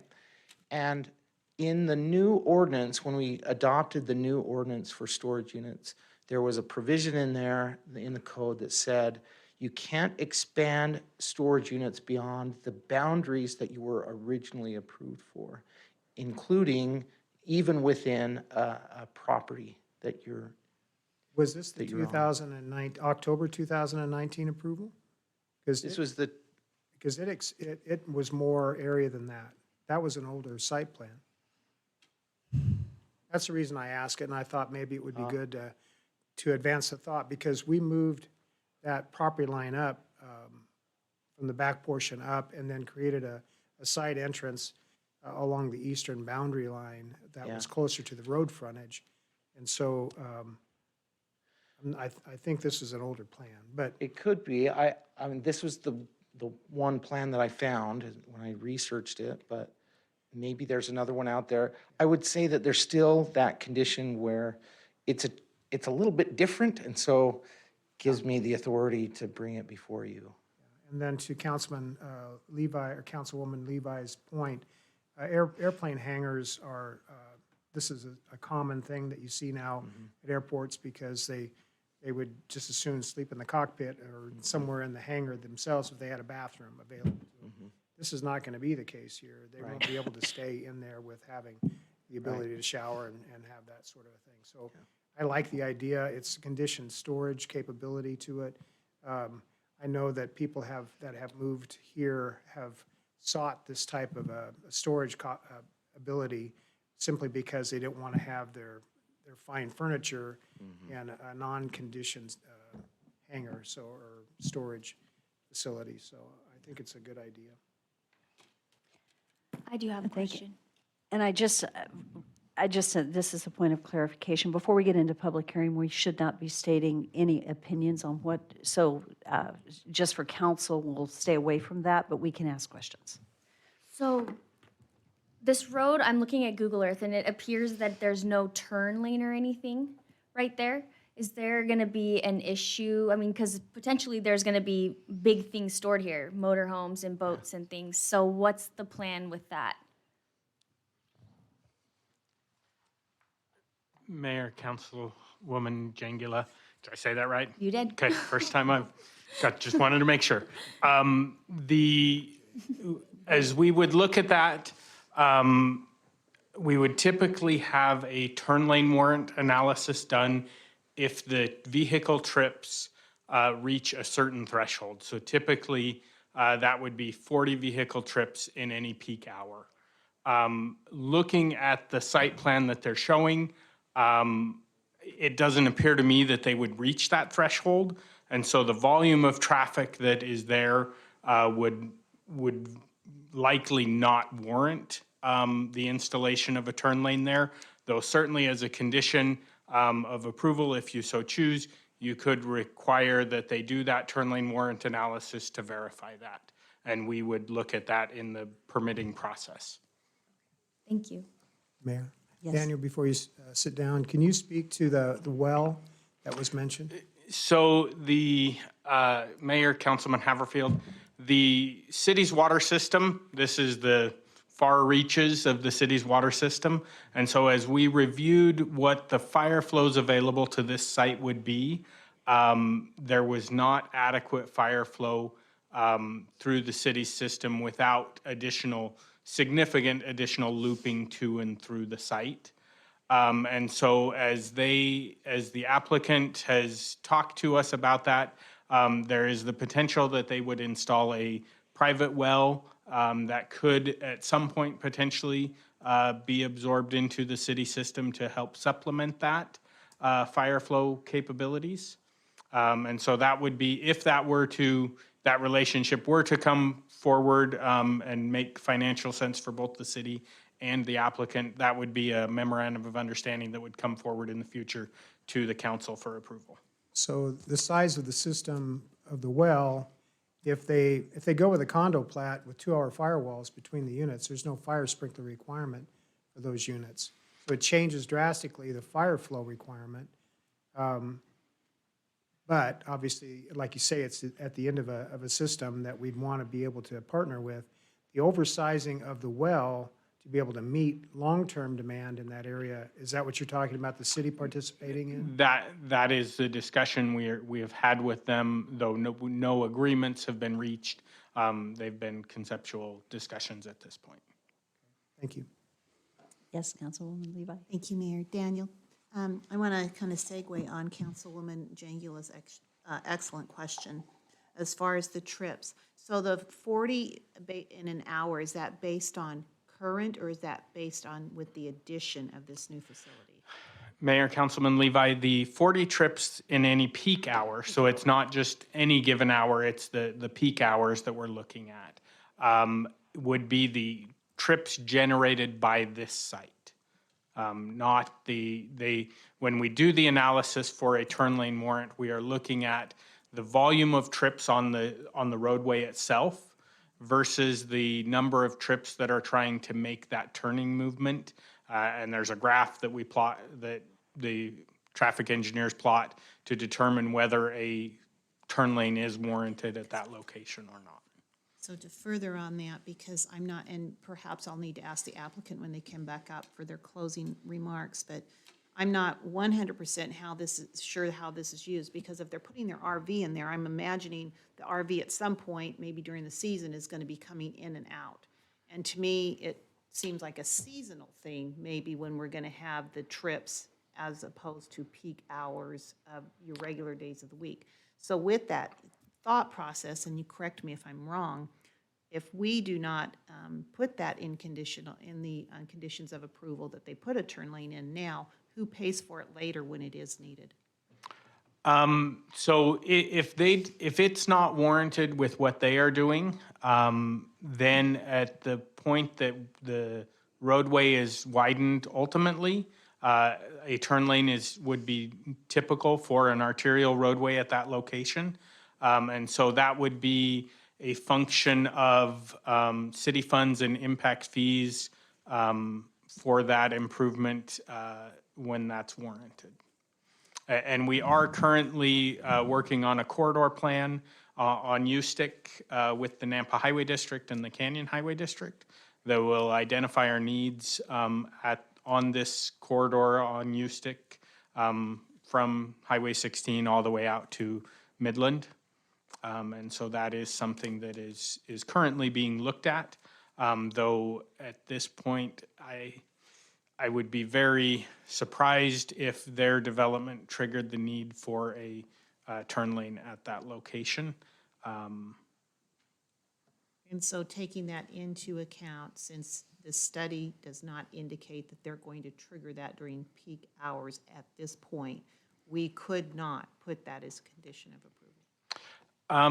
You certainly have the authority to put whatever conditions you feel are appropriate.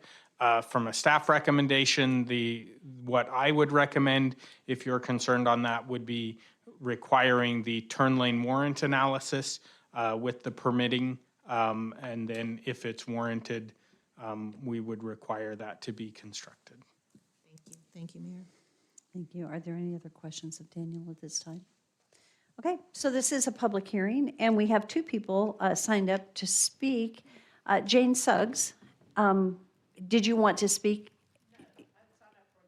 A different one. Okay, somehow we had it on this one, so that was, okay, perfect. And the only other one is Justin Reynolds. So at that,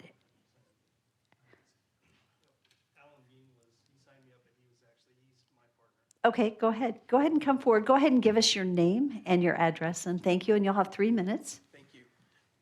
My name's Alan Bean, and you want my personal address or business address? Whichever. Okay. I live in Eagle, 800 South Moonbeam Way. Okay, thank you. Thanks. And I'm actually here on behalf of Sterling Landscape, which owns the property just east of us. Mr. Levon Webb was unable to make it tonight and asked if we read this on their behalf.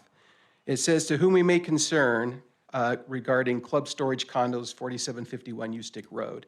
Sterling Landscape Company would like to leave comment on the storage facility that is proposed to the west of our property line at 4663 Ustick Road. We are excited for the proposed improvements of the storage facility directly west of our landscape company. The added commercial facility would be a great fit to our existing business that has been operating here for the past 16 years. With the growth of the northeast corner of Canyon County, the storage condos would be a great add to the neighborhoods that are being built in this mixed-use area. Please reach out if there are any further comments that are needed. Sincerely, Levon Webb." Thank you very much. Appreciate that. Okay, So is there anyone else signed up on public hearing number 1? No. Okay.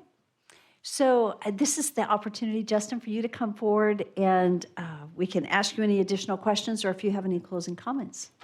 Thank you. Thank you. Does anyone have any questions for our applicant? Do you have any closing comments as you've heard discussion? Yeah, I mean, I've written a few things down with some of the comments that were said. Okay. Part of that is we do know that we have to go through a lot of more engineering with civil, structural, all that stuff will be in place and obviously conform to City of Nampa's requirements. So we realize that is part of this whole process. Again, one of the benefits is we do have a lot smaller homes and less storage space on these properties as things get more and more expensive. So that's another benefit that I was going to give you before.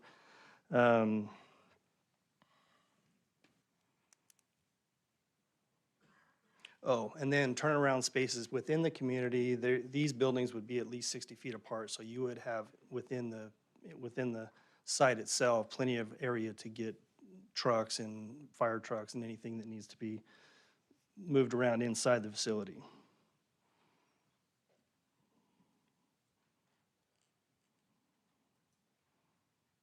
And the only other thing I had was, yes, I've been in contact with Caleb Leclerc, definitely discussing the well, the possibilities of us partnering somehow, either now or in the future, to make this community part of the community well structure.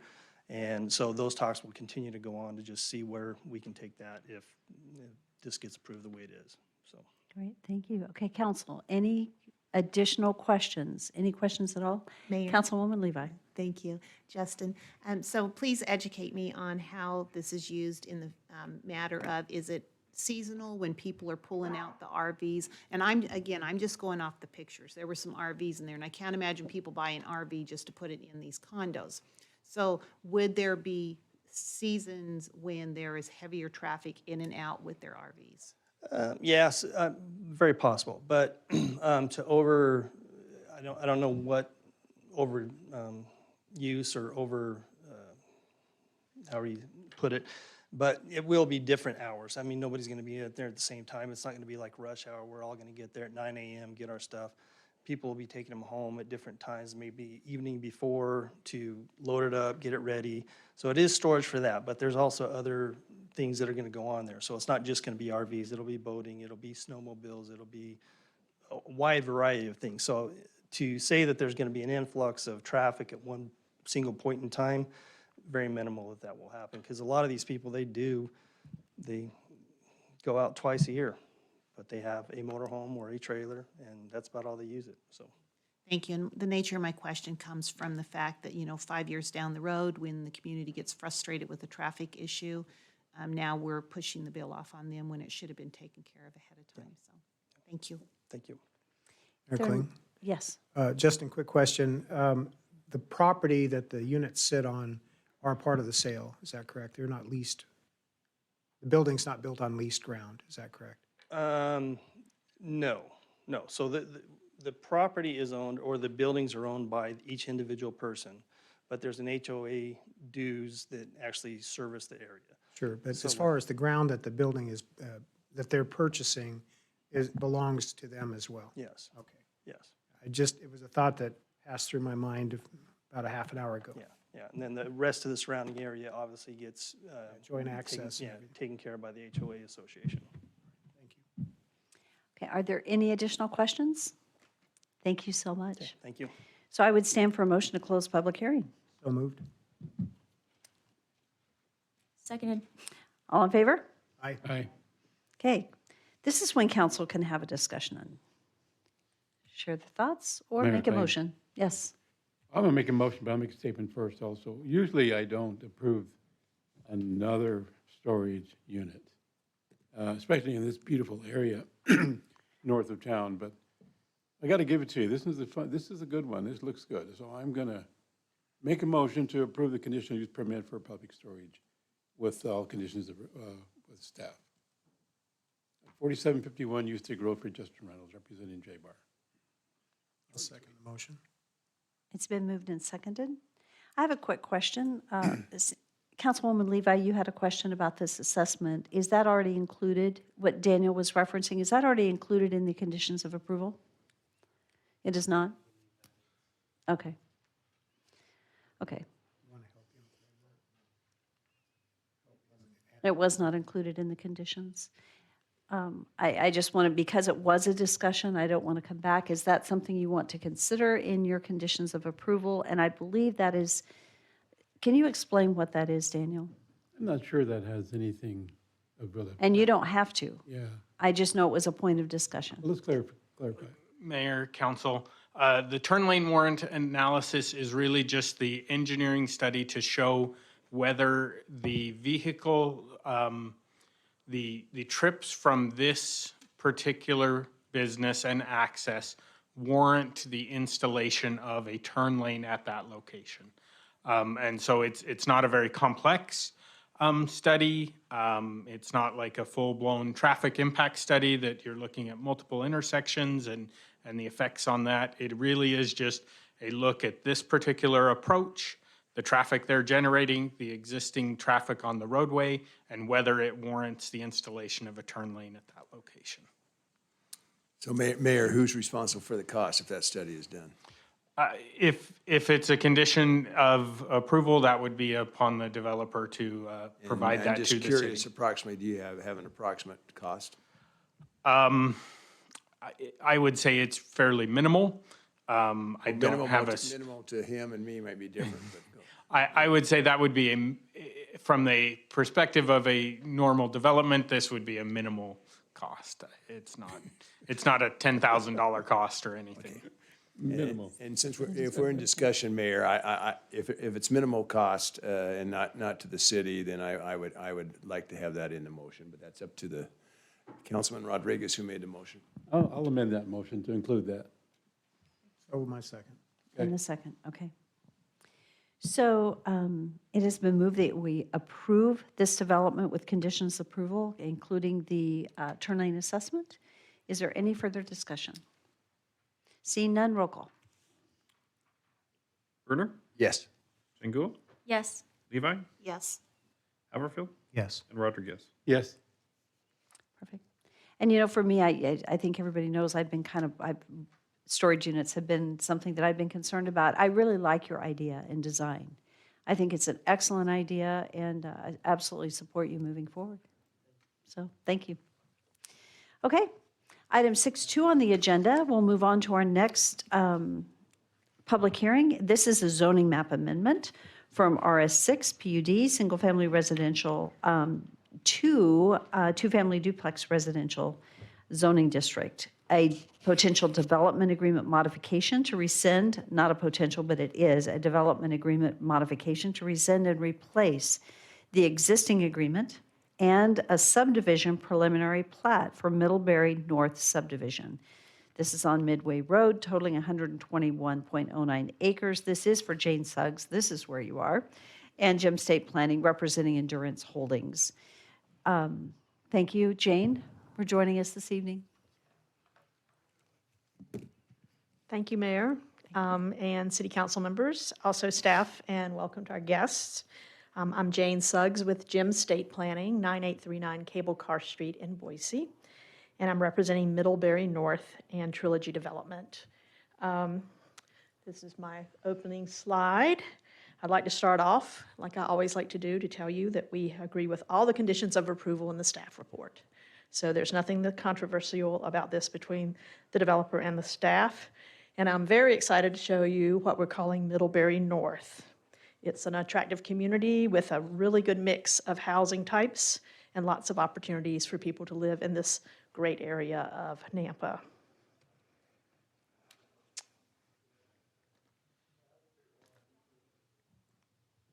Okay, am I doing something wrong?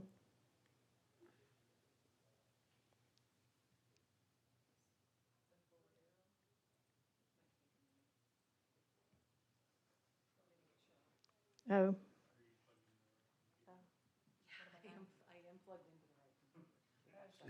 Well, I'm turned off. Yeah. I'm turned on now. Okay, so you might remember, those of you that were here about a year ago, Middlebury sounds familiar because you heard and approved Middlebury subdivision in February of last year. This is actually the layout for Middlebury, which I guess we'll call South now. It's at Orchard in Midway, and it was approved by the city council, and you may recall you added a 3.5-acre park to this area. So it was approved with the park that includes a playground, swimming pool, clubhouse, and some large gathering areas.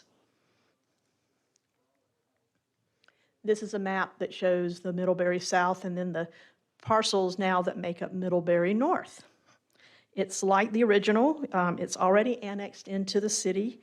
The pink shows the Nampa city limits, and the blue is Caldwell, which is interesting because we're right there. In fact, there's Caldwell north of this property as well. We are requesting a rezone from RS6 PUD to RD, which is residential with duplex. A development agreement modification, so we can remove there were narrow private streets in the original PUD and DA, cul-de-sacs and gated communities. You might recall that was the same thing with the original Middlebury. We're requesting the RD zone for Middlebury North because we're closer to Highway 55 and Karcher Road, which is Karcher Road. You might know that there's a Jackson's food store up on the northeast corner. Brownstone Estates has already been approved, and it has a mix of housing with zones of RS7 and RD. The Enclave subdivision, which is shown on the map, actually just north of us, is in Caldwell. It's going through an approval process now. It's a mixed-use development. I believe now planned for single-family, multifamily, maybe some storage units there too, but that's Caldwell, and some commercial uses. And you'll see too in the purple that the Nampa Comprehensive Plan designates some of this area to the east as community mixed use. So that means that some of this designation might be some commercial uses or office uses that are very close to us. Our preliminary plat provides for a real mix of housing types, single-family residential, and also for 2 to 4 units that are attached to one another. This designation increases really the housing opportunities that's so important to Nampa right now. As outlined in the staff report, this rezone is in harmony with Nampa's comprehensive plan. And as mentioned before, it's compatible with existing and proposed uses in the area. Middlebury North meets the requirements of the subdivision code as well. 121 acres, 199 single-family homes. Those are the ones that are on the west side of, that's the Wilson Drain. Those lots are all 7,000 square feet or greater. 22 townhome lots, 45 duplex lots, and 39 fourplex lots for a total of 467 total dwelling units. The density seems like a lot, but on this size property and with all the open space that we've provided is 3.86 dwelling units per acre. We are actually continuing the good design that you remember from the original Middlebury. We are using detached sidewalks throughout the entire development. This creates, went too fast. Tree-lined streets throughout the community that makes for a really nice community where people like to walk next to those nice trees. We're also planning for some high-quality open spaces with amenities. This is Middlebury North showing the park down at the south end. You can see there's a line through there. It's kind of hard to see. It might be more available in your staff report, but we've added open space to the park that was originally in Middlebury. We've added some land to that to make the park even larger, and that's part of Middlebury North. This again is a clubhouse, playground, swimming pool, picnic gathering areas. These amenities will be available to the single-family residential uses in both Middlebury and Middlebury North.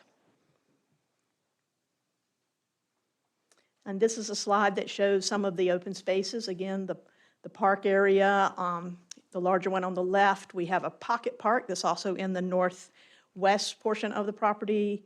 And you can see on the right side, there's a pool and open space for the fourplexes and the duplexes. So we have a separate pool and clubhouse for the multifamily pieces. And also on the bottom, you'll see just some large open spaces that are available with some picnic areas and just open play. So when you have a lot of density around, you want to have just big open spaces for people to enjoy. Let's see. This is a rendering that we've commissioned for the clubhouse. That's in the multifamily area. This clubhouse will have a kitchen area, kind of a gathering space inside, a fitness room, and of course leasing offices because of the fourplexes and duplexes. Jane, what kind of square footage is that? I don't know, but I can show you a floor plan. I don't know the actual square footage of it. I apologize. It's okay, thank you. Of course, a pool. Again, this is the landscape rendering for Middlebury North. Of course, we're going to construct the regional pathways. They're along the upper embankment drain, and that's on the west side of the property, along the Wilson Drain, and that runs kind of diagonally through the property, and of course on Midway Road. So just in Middlebury North, these regional pathways add up to over a mile of pathway. These are regional pathways that we will construct, typically 10 feet, I think, in a 20-foot lot. We also have about 7/10 of a mile of internal pathways, and these are the connecting pathways between blocks. And on top of that are all the detached sidewalks that are on every street. So as you know, those pedestrian amenities are very well used in most subdivisions. In fact, they're kind of our favorite amenity. Of course, all the utility services can be made available to the site. In fact, the developer is constructing some of the master plan utilities in this area, a 12-inch water line, pressurized irrigation mains, a regional irrigation pump station. We're extending the Midway sewer trunk line, which will actually, I think, run through the property. So that is something that we were trying to go down Midway, but we don't have the depth. So we're going to be running that through and over on the other side of the canal, the Wilson Drain. Our traffic impact study, which was a larger study because it included both Middlebury North. It shows significant transportation improvements that we will either build or we will fund through extraordinary impact fees. We've worked that out with the traffic engineers. You'll see we're also completing the east-west mid-mile collector through the entire, so this will tie into across the upper embankment and tie into Caldwell.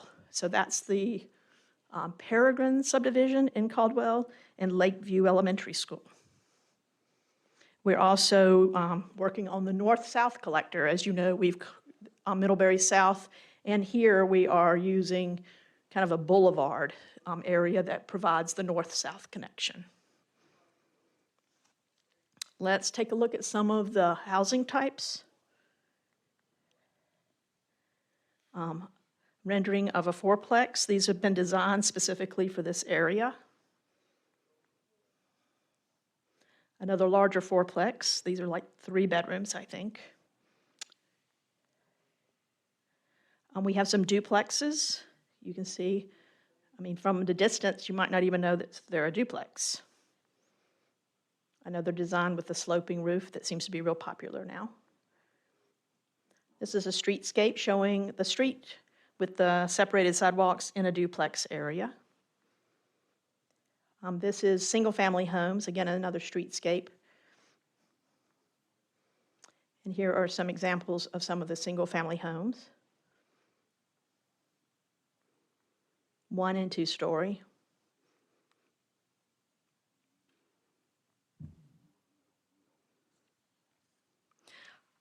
That's all I have right now, and I'll stand for some questions, but I do respectfully request your approval of our rezone, our development agreement modification, and approval of our preliminary plat.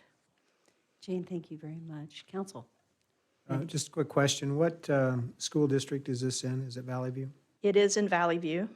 Is there any recommendations from the Valley View School District as far as ability to service this many students? We received a letter from Valley View. They did note that the Lakeview School, which is not even 1,500 feet away, is reaching its capacity. But as you know, there is a bond coming up soon with the Valley View schools, and one of the schools that they told us that they have picked out is over, I think it's, I want to say Moss, but it's a little north and west of us, near the toll property. I'm sorry? Central Canyon. So we've talked to Valley View School. We've had some conversations with them. In fact, several conversations with Lisa Boyd and with Joey Palmer. And in fact, I'm kind of regularly talking to Joey because of this very thing, to make sure that I understand when the bond is approved, they can change and plan for that school, they can change boundaries. So what we're finding, like we found in North Meridian, is you need an elementary school in almost every square mile because of the density of the development that's going on now. So Lakeview is within that square mile. So there is their desire for these kids to be able to go to school because they can walk to school on tree-lined streets right to Lakeview and not even cross an arterial street. So that's what we're hoping, that the bonds get approved and that a new school, though it won't be built here, will be built in a way that changes the boundaries. So to be able to satisfy the student load, they're going to have to pass a bond. Well, we're hoping they can pass a bond. And if they cannot, then capacity, they don't have the capacity. I know we had the last subdivision we saw of similar size, that we actually got a letter from the school district in the packet that stated that they didn't approve or because there wasn't capacity. Well, the Valley View School District and your city are two different jurisdictions. And Valley View has their concerns with schools and where they need to be located. I don't believe that the school makes land use decisions. So I think you make those land use decisions. So we're hoping that. I understand that. It's just, you know, it's kind of it's complex in that we don't, it's a different school district.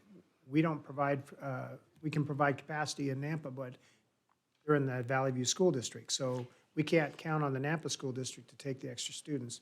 So it's just, it's a tough thing from a standpoint of if we allow it, we're burdening another school district that we have no involvement with in a sense. And so I just asked the question. And short of a bond being passed or two, there won't be any more schools built. So that's going to be a question. Is it a simple majority or is it 2/3 majority? I believe bonds for schools are still 2/3. I'm pretty sure. I'm That's not a a little school expert. I know, it's a tough one. And I really appreciate the schools that have been trying to get the legislature to make some changes to that. Again, I've looked at the mill rates. The second highest mill rate property tax is Valley View Schools after the city of Nampa. So you have a mill rate for the city, and then just below that, Valley View Schools that all of these people will pay taxes to is right under the city of Nampa. So, I mean, I would hate to see you say, we're not going to develop anymore, but, I mean, that is your prerogative, but I believe it's Be a lot hopefully. easier if it was Nampa School District. Well, we didn't choose that. So I really seriously hope that we can come to some understanding and that those bonds can pass. Again, we've been, you know, the development community has been, and I'll just kind of have a conversation with you, all the school districts are reaching out to developers to ask them to pay more. And I don't think the development community is against it, but they want it to be an impact fee and they want it to be consistent. And that's the issue. We're finding out in other districts, not Valley View, that there are requests for payment, voluntary payment, but every time each developer gets a letter, it's different on what they're expected to pay. And that's not really fair. So we're hoping we can work through this. We're a growing community. Are there any other questions for our applicant before we move? Yes. How many parking spots are allocated for those fourplexes? We typically do between 2 and 2.5 spaces per unit. So for 4 units, we would have 8 or 9, sometimes 10 spaces. Because some of those are 3-bedroom, and there's probably a lot of potential for people to have roommates, so that's more cars than what it's allocated right now. Well, what we found, and I actually work with some people who manage apartments, and they say the 2 parking spaces per unit is kind of the golden spot. So if we have any more, that's really helpful. And I believe your code is 2 parking spaces. So we are there or even a little higher. You're right. I mean, but some of these could be 1-bedrooms, and hopefully, like the young man who was here before, maybe no cars. Thank you. So Mayor, just Yes. follow up on that. So it would be HOA for these? For the fourplexes and the duplexes, yes, there's going to be a professionally So managed. there could be some, as far as in the HOA, as far as whatever their rules are there, like as far as parking on the street, et cetera. There would be lots of oversight over that. Yeah. And again, part of my conversation with you, some jurisdictions are asking for us to have much fewer or less parking, and we don't want to do that because we think that most people want to, when they come home from work, they don't want to have to fight with their neighbor over who gets to park. So the HOA will be managing that. In fact, I've spoken to the manager at MGM who will likely be managing this project. Are there any other questions? Mayor? Yes. Excuse me. Jane, you talked about the variety of homes for the single family. They're 1-story and 2-story. Are they 2-story specific location as far as what they would be backing up to? Because we've had a little bit of concern with that in the past. We haven't really picked those out. I believe we are adjacent, and I thought I had maps, but I don't have something for the things that are adjacent to us. I don't know that the Brownstone, I don't know if they've got all 1-stories. I believe we have duplexes there, and most of our duplexes are 1-stories. So I don't think that's a problem. The Enclave subdivision north of us, I think it had duplexes or fourplexes beside us. So I'm not sure, because that's still going through the process. But if you want a condition where we put 1-story beside 1-story or 2-story beside 2-story, I think we can make that happen. Yeah, those are the only places where we actually touch another lotted subdivision. And that was my concern, is what it's going to back up to that's existing already. So, Right. thank you. Are there any other questions? Okay, Jane, thank you very much. Thank you. As you know, we'll have you back. Christy, Jane did a really good job of going through everything, and so I'm going to ask you not to repeat what she shared, if you don't mind. Okay. And any Do you new have any information. questions for me? Yeah. Really, yeah. So, I mean, conditions of approval, but it's all in our staff packet. So if you would like, I noticed you have requested actions up there. So, council, do we have? Whip through it Go ahead. real quick. There's just a couple things. There was an extensive traffic analysis done, and that was all listed out in your staff report. If you guys read through that, there are a number of improvements that they are going to be required to make that she went through. There's going to be right-of-way dedication. Your applicable regulations are in your staff report that you need to find in your decision. The standard comments were made by the agencies. The one thing that I do want to point out, of course, and you guys know this, especially with these 2 different subdivisions being right next to each other, that will take a number of years for them to develop out completely. So within that time, Valley View proposes a new bond almost annually. So, some of them pass, some of them don't, but the majority of them have passed because the community does understand that it is growing and that it is a need. And so I live in Valley View School District, and we usually always pass our bonds. So I know that they kind of see that as a problem, but they are building schools and they are purchasing land just as fast as they possibly can. So having said that, do you have any questions for me? Mayor Kling? Yes. So on that subject, I did find the letter from Valley View School District.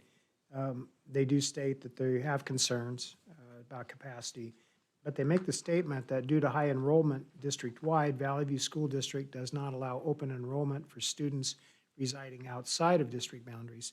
This is in the district boundaries. It is in a district. So would they allow then the students to go to other schools within the Valley View School District, since it's within their district?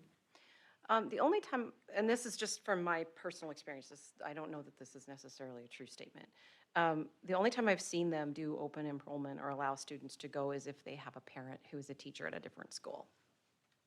Yeah, it only makes sense, especially for elementary school. But I'm just trying to solve in my own mind the How capacity to issue. distribute it. Thank you. Yeah, you're welcome. If there are no other questions for Christy, actually, I do have a quick question. Could you just touch on the fiscal impact study? Oh, sure. So, according to this breakdown, it's a comparison of square footage versus value. So of course, we know the market fluctuates minute by minute. So if the values stay put, then anything under 1,200 square feet at a $366,000 value would be a negative for the city. However, these values and these square footages that she has mentioned are all within that range. There aren't really any that will probably be under 1,200 square feet. So that would then yield a positive for the city. Okay. Thank you. Yep, you're welcome. Okay. Let's move into the public hearing unless there are further questions for Christy. Christy, we may have you back. so- Charles Strong. Thank you as you come forward. Thank you for repeating your name and giving us your address, and then you'll have 3 minutes. And thank you for joining us this evening.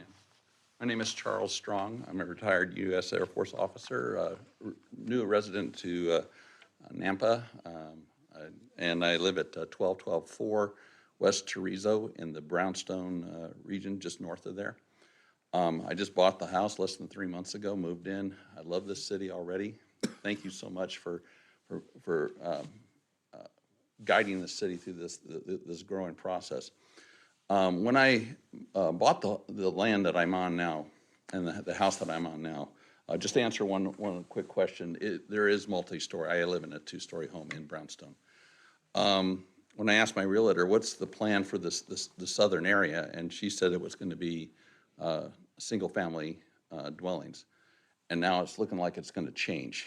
And to me, it feels like the goalpost is moving after most of us have moved in there. And now they want to change the plan. And, I'm concerned about traffic in the region. There's a one north-south corridor that's going to go through our neighborhood. I think it's on the map there, if you'll pardon me.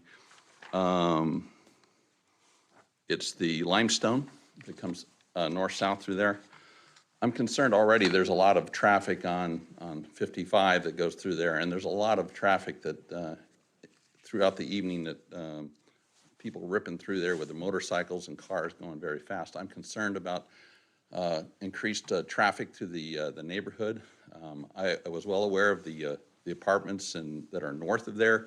My eyes were wide open knowing that was there, but now coming in and seeing that the plan is going to change where you're going to add more homes, multifamily housing in the area is a concern to me and a number of the residents I've spoken to in the area. It's just that the Brownstone area has just recently closed out. They sold everything out, and now the rules are changing, and that doesn't seem right to me.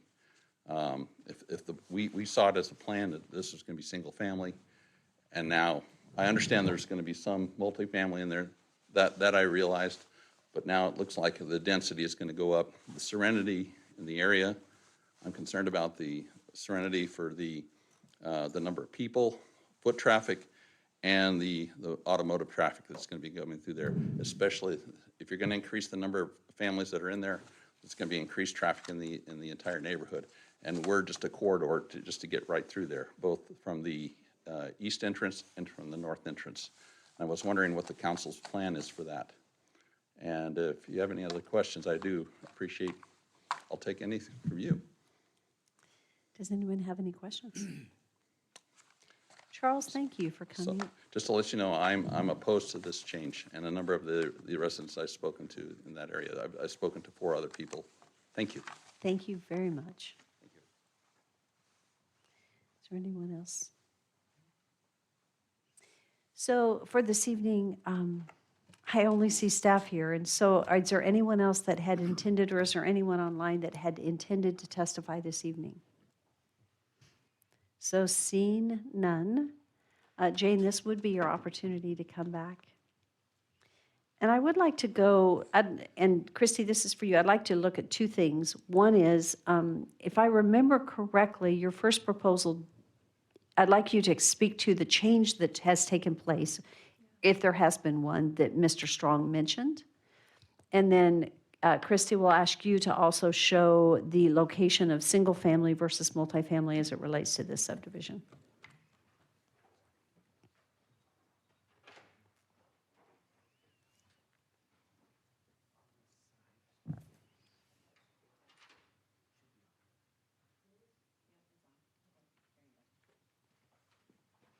Thank you, Mayor. Thank you, Council.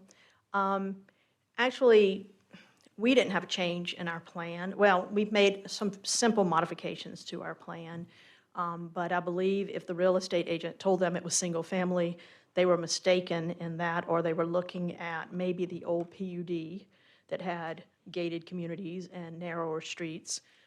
RD is a zoning designation that's allowed in medium density, so your comprehensive plan calls for this to be medium density, and we've chosen to do, instead of the R6 and R7 or R4, we've chosen to do the RD so we could provide the mix of housing. And of course, we wanted to put those more dense housing closer to the commercial or potential commercial spaces. I believe, let's see, pointer, this one. It doesn't. Okay, so I believe Mr. Strong is talking about the street that's north of that right there. That is an access or connection that was put in for Brownstone, that street would be extended, and we're extending that. Those pink houses are the duplexes. So they are on, I think, 80-foot, they're wide lots, and I don't have the dimensions, but I think they're on 80-foot wide lots to put 2 duplex with 2 units.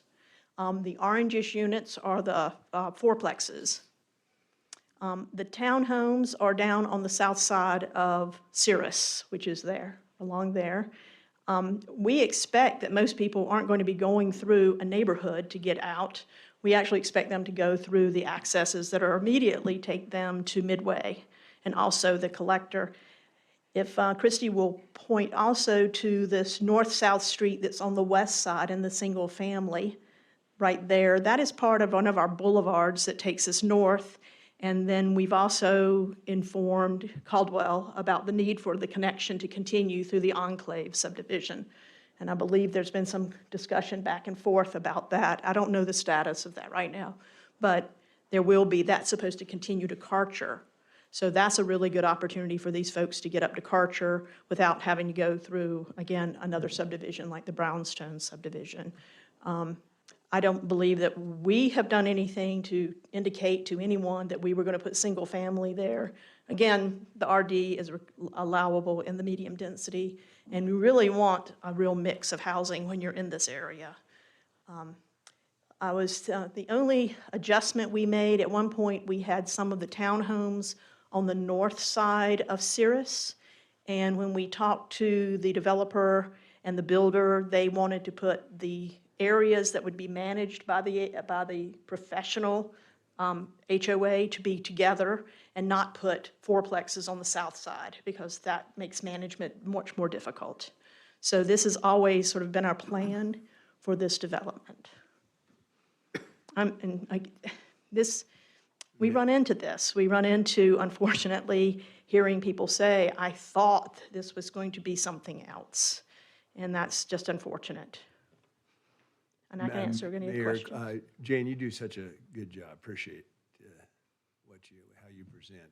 There'll be I know you're gonna sell, so you said in the clubhouse, of course, you will have offices there, but there'll be actually management on site? On site. Okay. With this many units, we have on So site, Monday through Friday? and maybe more. Okay. I- Is there actually a manager of some sort living, will be living in a unit, or do you know that? I don't think they actually can live there, but they may. They may decide that if I was managing there, that's what I'd want to, good price on Right a. by the pool, right? Yes, a good price on a house. Because, well, let's do this. Can I have control again for just a second? All right. Okay. I sometimes.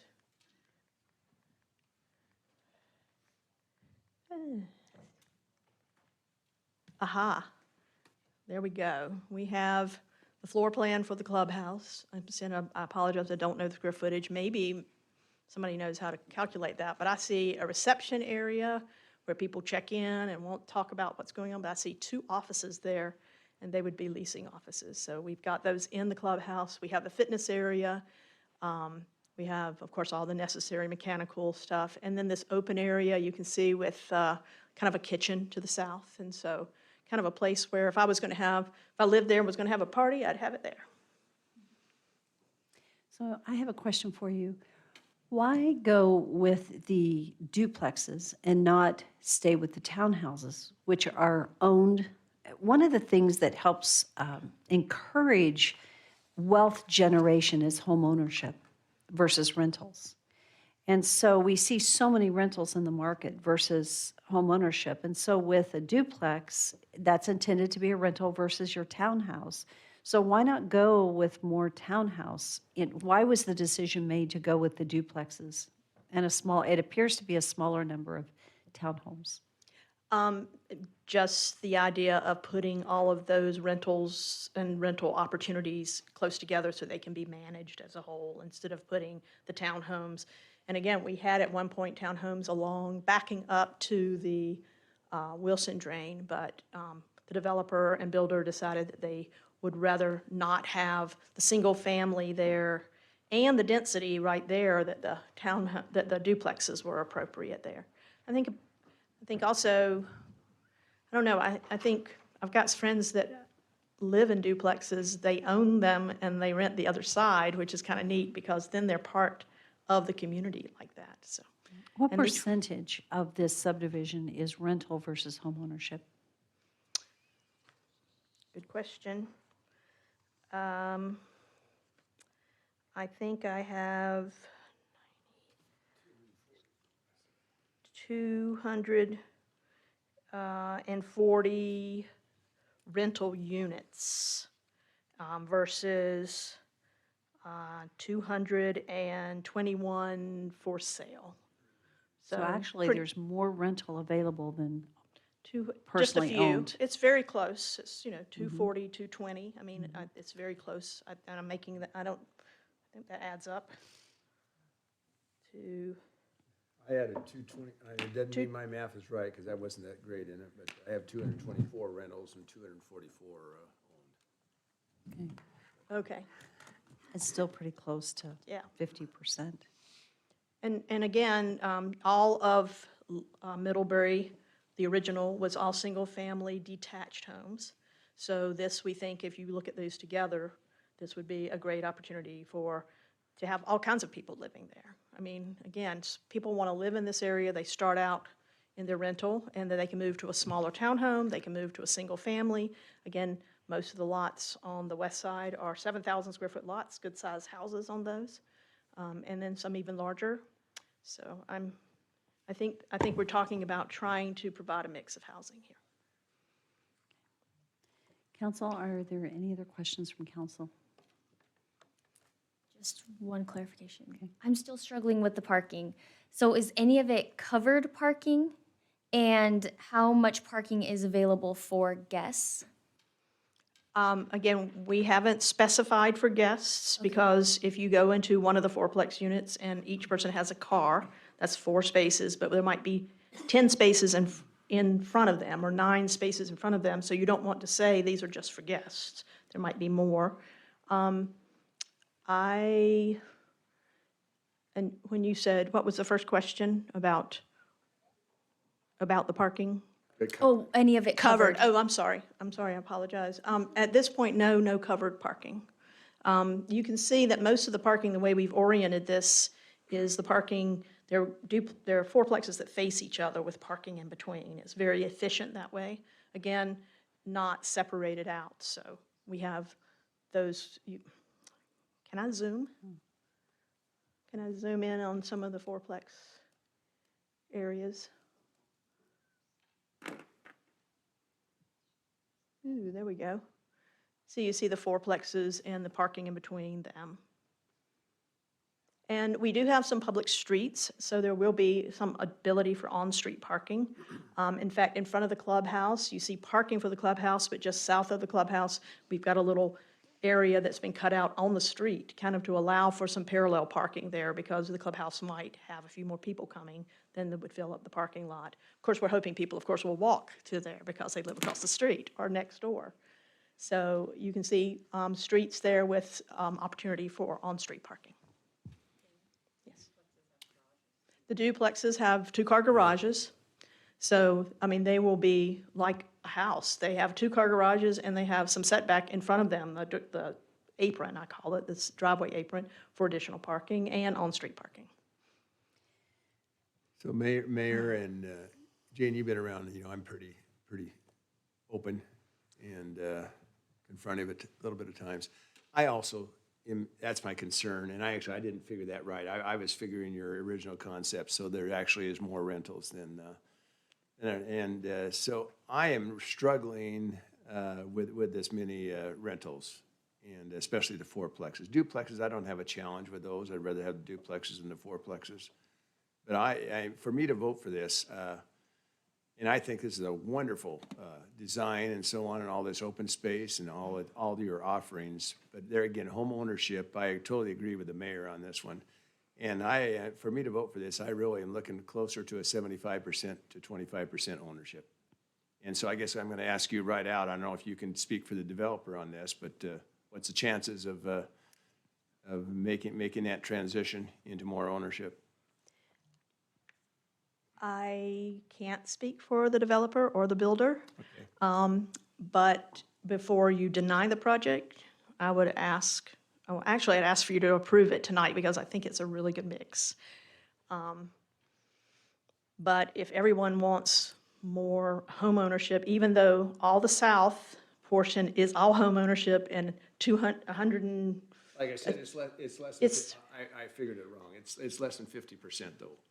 But of this, okay, so we're talking about an entire community where you're taking a piece, which is the one in front of you. I understand. And yeah, so I just see all these, and there's a need currently, demand and supply. I mean, not telling you anything you don't know, but currently there is so many apartments going, and I like, a lot of people ownership. It maybe small lots and not as much green and so on so they can go and transition and go different places, travel, etc.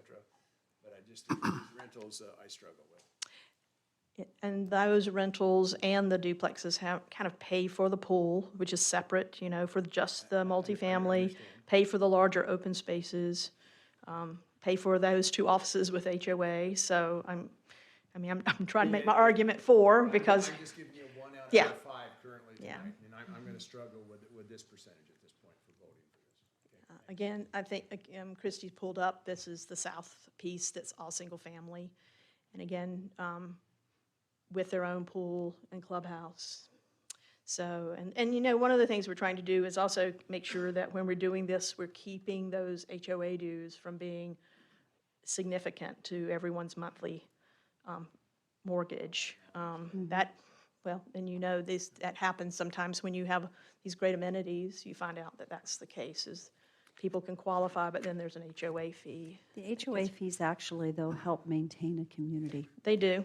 Having currently living in a townhouse, one thing that I find that is very beneficial is there's added parking in addition to your driveway. So when you have people over, where I am, there are several parking spots set aside for people to come in and park. I remember seeing recently some examples of townhomes or duplexes where the parking is only on the street, the added parking, and it gets, which is what you're proposing, and that there's no added parking spaces, that it's on the street parking if they don't fit in the driveway. And on the street parking can actually diminish the value of the area. Well, the duplexes do have a 2-car garage and 2 parking spaces in front of the garage. Correct, and that's So what I'm it's saying. 4 spaces per, and then some on-street parking. It's just like my house. I have a 1-car garage, and people, if they come visit, they either park in front of my garage or they park on the street. I mean, this is, and, this is not where we're providing lots of parking for the duplexes. Again, in the fourplexes, I think 2 to 2.25 parking spaces per unit. And again, the management companies that we work with tell us that's kind of the sweet spot. And it's not separated out for residents and guests. It's for everybody. And we believe that that's plenty of parking. Again, I'd hate for you to deny us based on those percentages, and we would certainly come back to you with some adjustments if you feel like that you need to have something. But I believe that this is a really good opportunity to provide that mix of housing. We do have the townhomes on the south side, and we do have the professionally managed portion up in the corner that is most appropriate for in that location. I have a quick question for Christy. Christy, can you go back to and show us the area where single family, around this property, where there is single family versus multifamily surrounding this? Mayor, I was going to ask the same question. How many single-family lots are in the southern portion of this development? I think it's over 300. And so that's all All single-family? all single-family detached on public streets. So back to the analysis of percentages, that would greatly skew in favor of the single-family ownership versus the rentals. It would, I you guess I combine didn't the say two. that very strongly when I said, we need to look at the whole piece. Yeah, so we're looking, and then I believe interestingly, because if you go west, you're in Caldwell, but that is the Peregrine subdivision, and I believe it's all single-family. I don't have a drawing of that. Okay. So Christy, what are you finding? So, Mayor, this is the Peregrine subdivision right here, which has got a few And single-family I'm homes. sorry, I'm not seeing, do that again so I can find your cursor. Sorry, it's not very big. So It to goes all the way I down. see to the it. very west there, that's going to be single-family homes along that boundary. There's some that are kind of kitty corner at this corner here at the top, to the west, northwest. This area that is where it says project location, that is a mixed-use development that is currently going through the approval process in Caldwell. And it has fourplexes and duplexes along this boundary right here, the northern boundary. And then over here, this is a mixed-use development that was approved a few years ago. There are the fourplexes up front and then the single-family homes here along this southern boundary. Thank you. You're welcome. Thank you. Okay, council, do we have additional questions for the applicant? If there's discussion, we can close public hearing or we can keep it open. But go ahead. Do you No, I have just questions? No, I just wanted to piggyback on Councilman Bruner's point of, I think the vision for the city too is not just affordable housing, but attainable housing. That's the goal, and to have people want to be here, not just be a transit place. So I would agree that it is concerning having just that small percentage of ownership. I would like to see more ownership. Can I respond? Just kind of following up on Councilmember Haverfield. Briefly, please. Thank you. With, I think it looks like 90, I'm trying to figure out the duplexes, 90 units, and how many with Middlebury and the south, the original Middlebury and Middlebury North.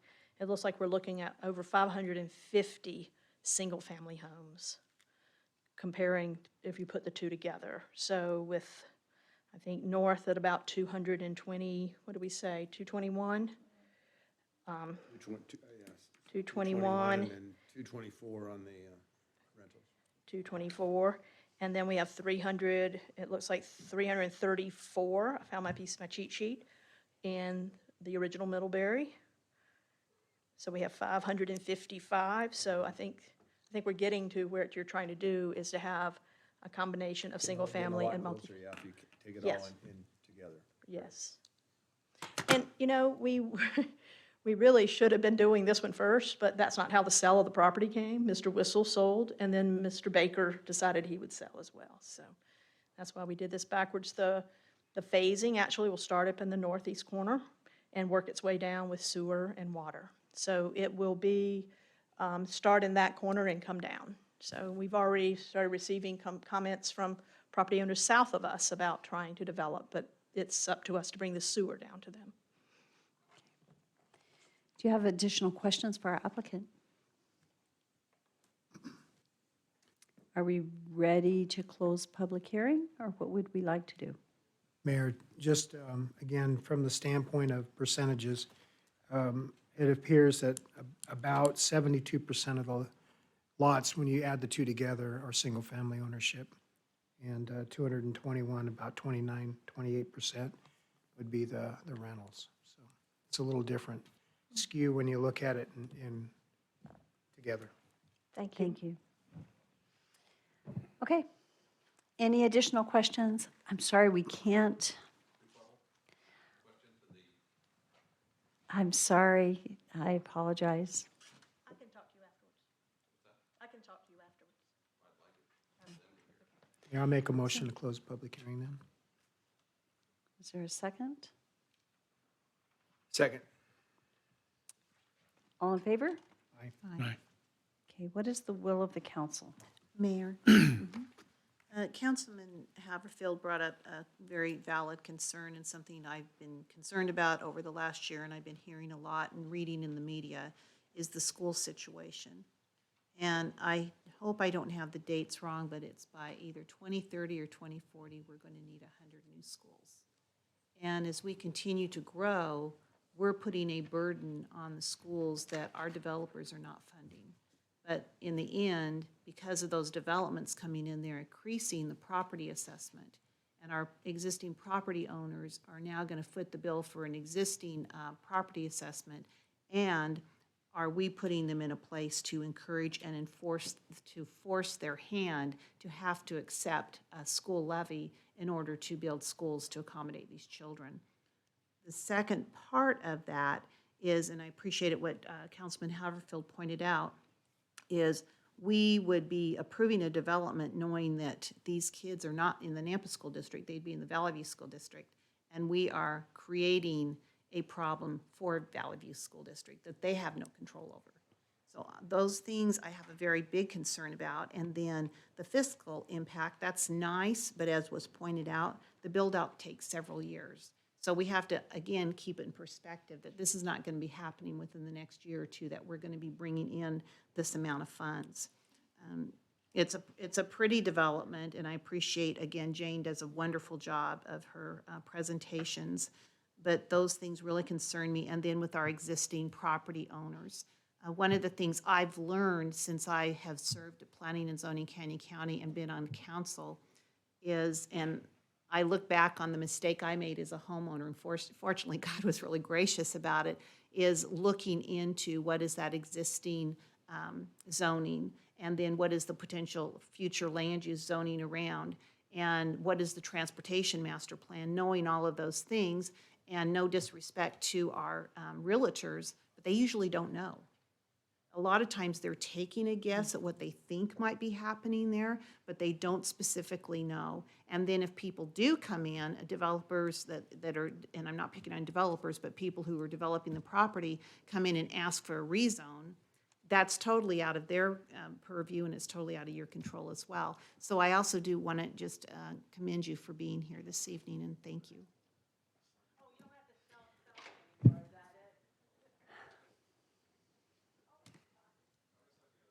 Well, there's a lot of thinking going on.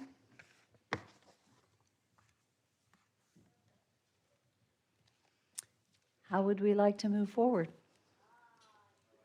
Mayor, there's one Yes. good thing. You won't have to break a tie tonight.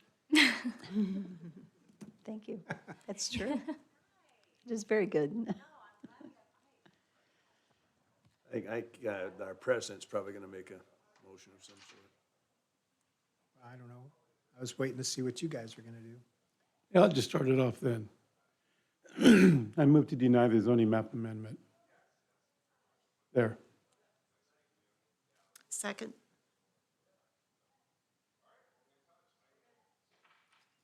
Mayor Kling, just a comment. I really like the development. I think the mix is good. I think when you combine the two together, it's that 70, almost 75-25 ratio that Councilman Bruner was speaking to. So I like that because not everybody can afford a loan, can get a loan and have ownership. That is a goal. I think that everyone would like to be able to attain that, but this does give a mix and allow housing for those that might not have the ability at this point in time in their lives to purchase a home. I like that. I have a concern about, it'd be a lot easier decision if the schools were already there, but they're not. And sometimes it's the egg and, or what chicken, whatever is going to happen first. So I won't support the motion. I think it's a good development. I think it meets a lot of the intent of our comp plan, and so I won't be supporting the motion. I'd like to see, though, I wish that Valley View would come forward and say, yeah, we have capacity, but they, in a sense, did. They said that if it's within their district, then they can allow the movement of kids around the district to accommodate them. But Napa Christian being right across the street there, I think that would be a draw for a lot of the students as well. I know Napa Christian has bought 40 acres south of their current site in Flamingo for a brand-new high school in the future. And so they're going to have capacity, but they don't have capacity right now. But it might help them if the students are there and they can count on that growth. But anyway, I think it's a good development. And Mayor, I'll just comment, and by Councilman Haverfield bringing it up, yeah, I was looking for that 2575, which with that previous development, that's what I personally was asking for. And yeah, no one has a crystal ball on the schools. It's personally there again, hopefully individuals before they buy or whatever will be looking at those items if they have children. Hopefully that's a priority, and we'll make that decision. And of course, if you're going to sell or why, that's going to make a difference there too. So you're going to want to have something happening with the schools for this development to happen. So I also will not be supporting the motion. Okay. Pressure, Natalie. You passed the buck to the tiebreaker to me. So, and there won't be a tiebreaker? There won't be a tiebreaker. Or, well, No. So right now, on the floor, we have a motion to deny the zoning map amendment. Is there any further discussion? Mayor, I do have one. We're looking at maybe wishing as what may happen or may not happen. The problem being is we have a mixed affordability of homes, duplexes and fourplexes. That's the problem I have. The other one is Highway 55. And that is a real problem, traffic-wise, to not only our community, but to the surrounding Caldwell and Canyon County. So until we have a better idea of master transportation plan, and with the increased residences, all of them down Midland, boy, that's the reason why I'm looking at the whole picture, not just that.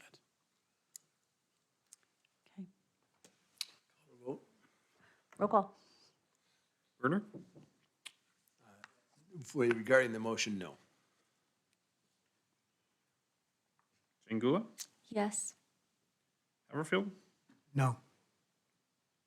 Levi? Yes. And Rodriguez? Yes.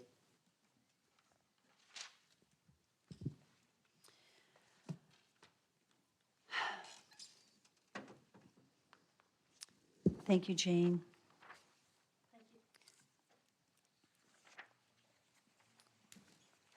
ready to move on to action item 6.3, zoning map amendment from RS6, single-family residential, to residential professional, and potential development agreement at 3 North Midland Boulevard. This for Ron Pierce. Is our applicant here this evening? I'm He's on the phone. Hello, thank you for joining us online this evening. So go ahead and state your name and your address, and then tell us a little bit about what you would like to accomplish. Okay, my name is Ronald Pierce. My address is 9631 Stanford Avenue. I live in California. I'll be moving to Napa. My children already live in Meridian. And I bought the house because it was built in 1900. And it's been in, you figure, since 1900 there. I'd like to go through it, make it look beautiful, make the downstairs into a couple professional offices, and make the upstairs into a 3-bedroom apartment. There would be a 2-car garage for the tenants upstairs in the back. The house is 5,200 square feet, so it's a huge house. And I'd like to make the parking where when you drive in around Midland, you drive all the way through into the back and you exit on Lone Star. It has plenty of parking in the back. It would have at least 4 parking spaces in the front and an easy drive around to the back exit. There's a large fence back there right now that I'd remove. And I would like probably a 25-foot driveway to exit there and make the front one to a 20-footer. And that way it'd be easy access for someone to pull in, drive all the way through, and exit out the back. The reason I'd remove the fence is for safety, or if there's any children or any adults walking down the street, it'd be easy for someone to pull out and see everybody.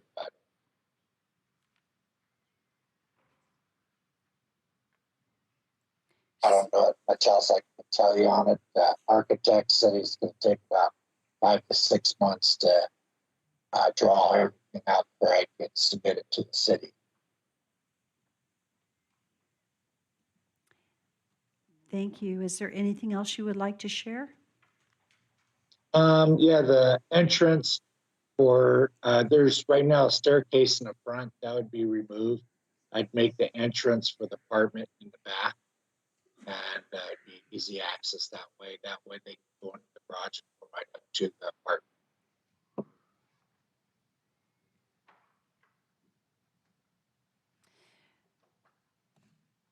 So I do have a quick question. Can you remind me, what are you anticipating the use of the buildings to be? You mentioned. Right, a couple probably professional offices like insurance. Could be, I'd have to put a sign out and see who would like to come in there and do that. But I figured just making a couple offices that way. You know, it's kind of hard. It's a 5,200 square foot house, so it'd be really hard just to rent out a house that big.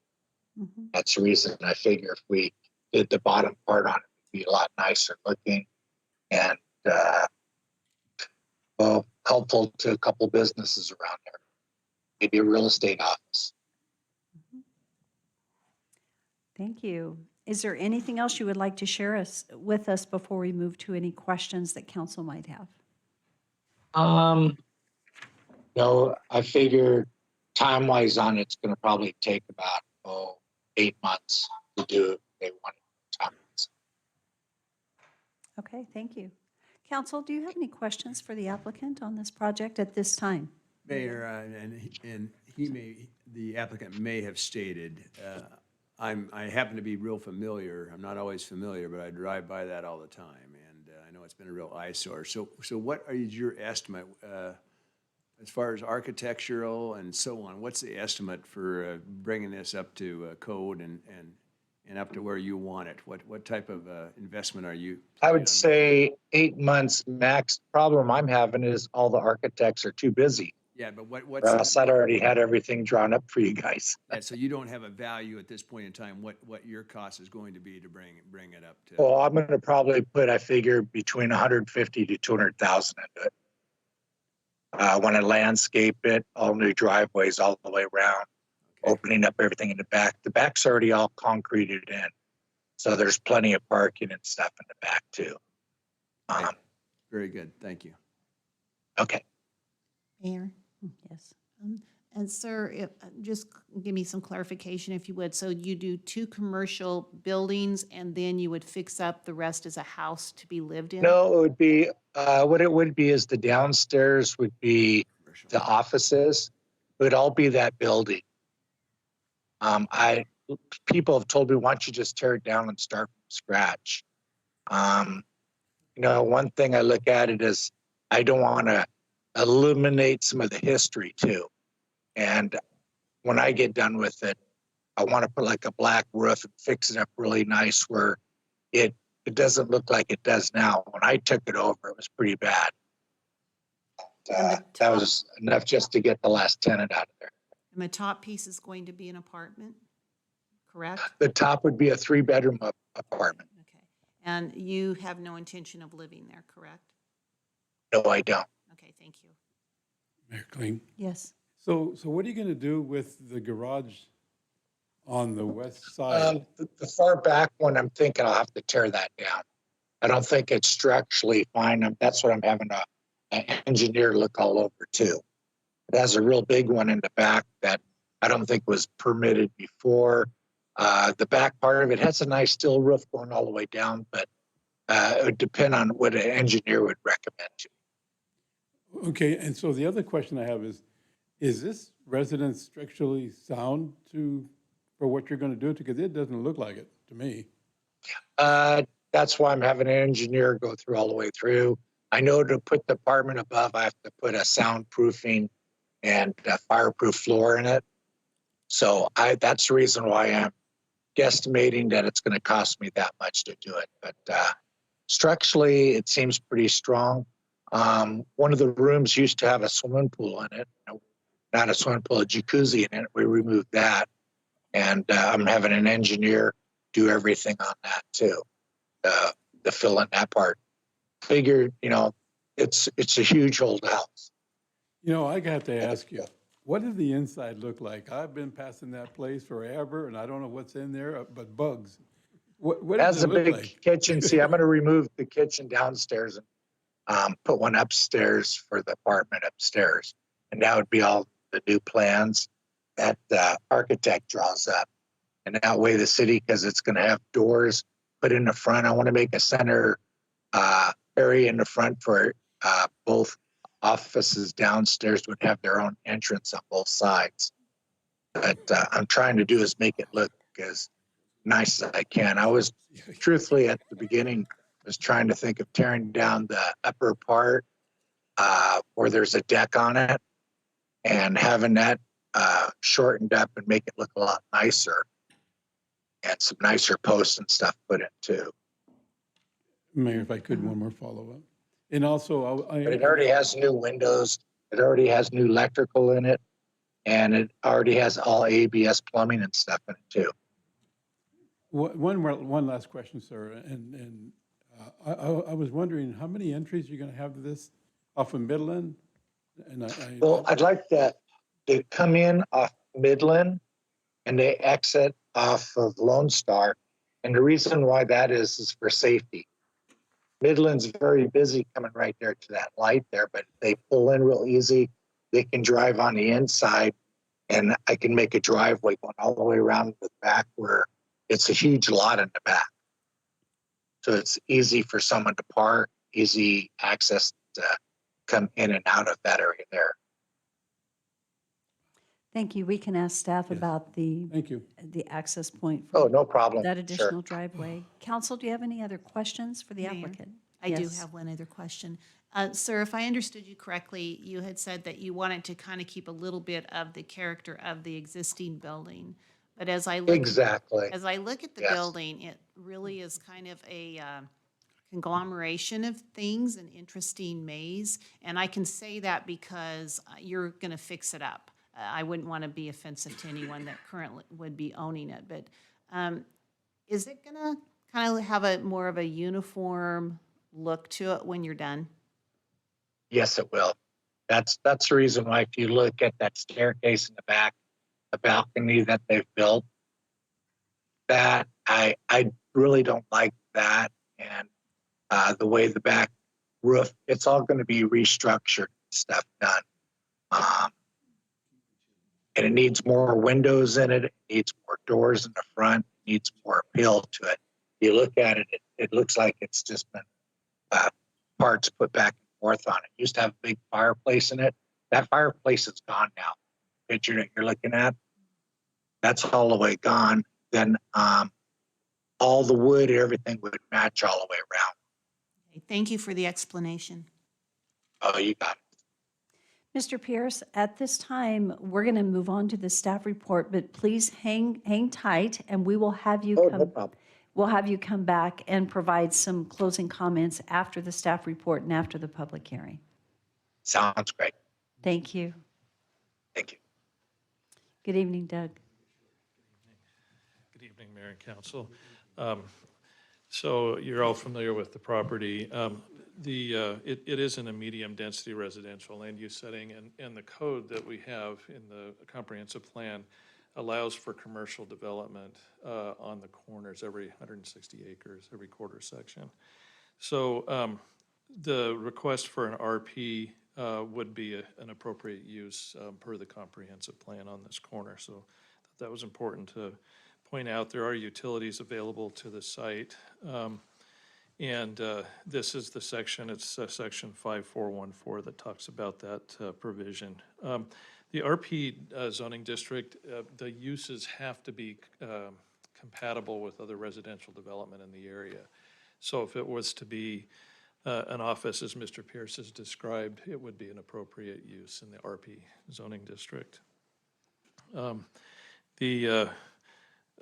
The correspondence that we received on this in terms of answering the questions about access to Lone Star Road, the engineering has indicated initially they did not want access off of Lone Star, but they're willing to work with Mr. Pierce on, and that would be reviewed by engineer on what that access and egress would look like from Lone Star as well as from, boy, it's getting late. What's the other crossroad? Midland, thank you. I had Middleton on my mind, that's so funny.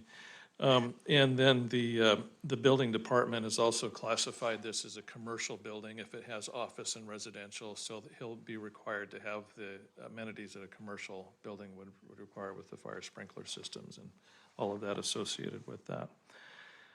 We did get some correspondence from the public. It was mostly concerns about it being vacant and some of the potential dangers on the site. And so with it being under construction, assuming there will be construction fencing and the requirements of the building department.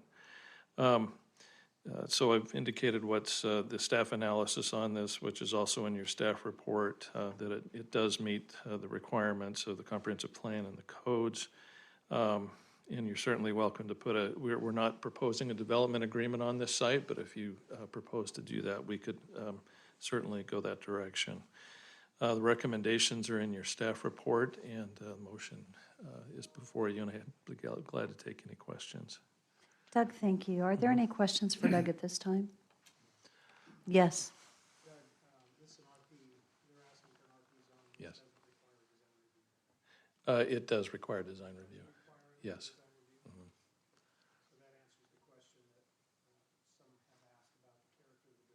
Yes. All right, thank you. Are there any other questions for Doug? Thank you, Doug. Okay, thank you. This is a public hearing, and actually, we do not have anyone signed up to testify, but beyond the applicant himself, is there anyone online or anyone here that had intended to testify? Seeing none, this would, Mr. Pierce, do you have any comments that you would like to close with before we close our public hearing? And council, do you have any questions for Mr. Pierce? Okay, Mr. Pierce, do you have any closing comments before we close our public hearing? All I could say is, I know I could make that corner look a lot nicer than it has in the past.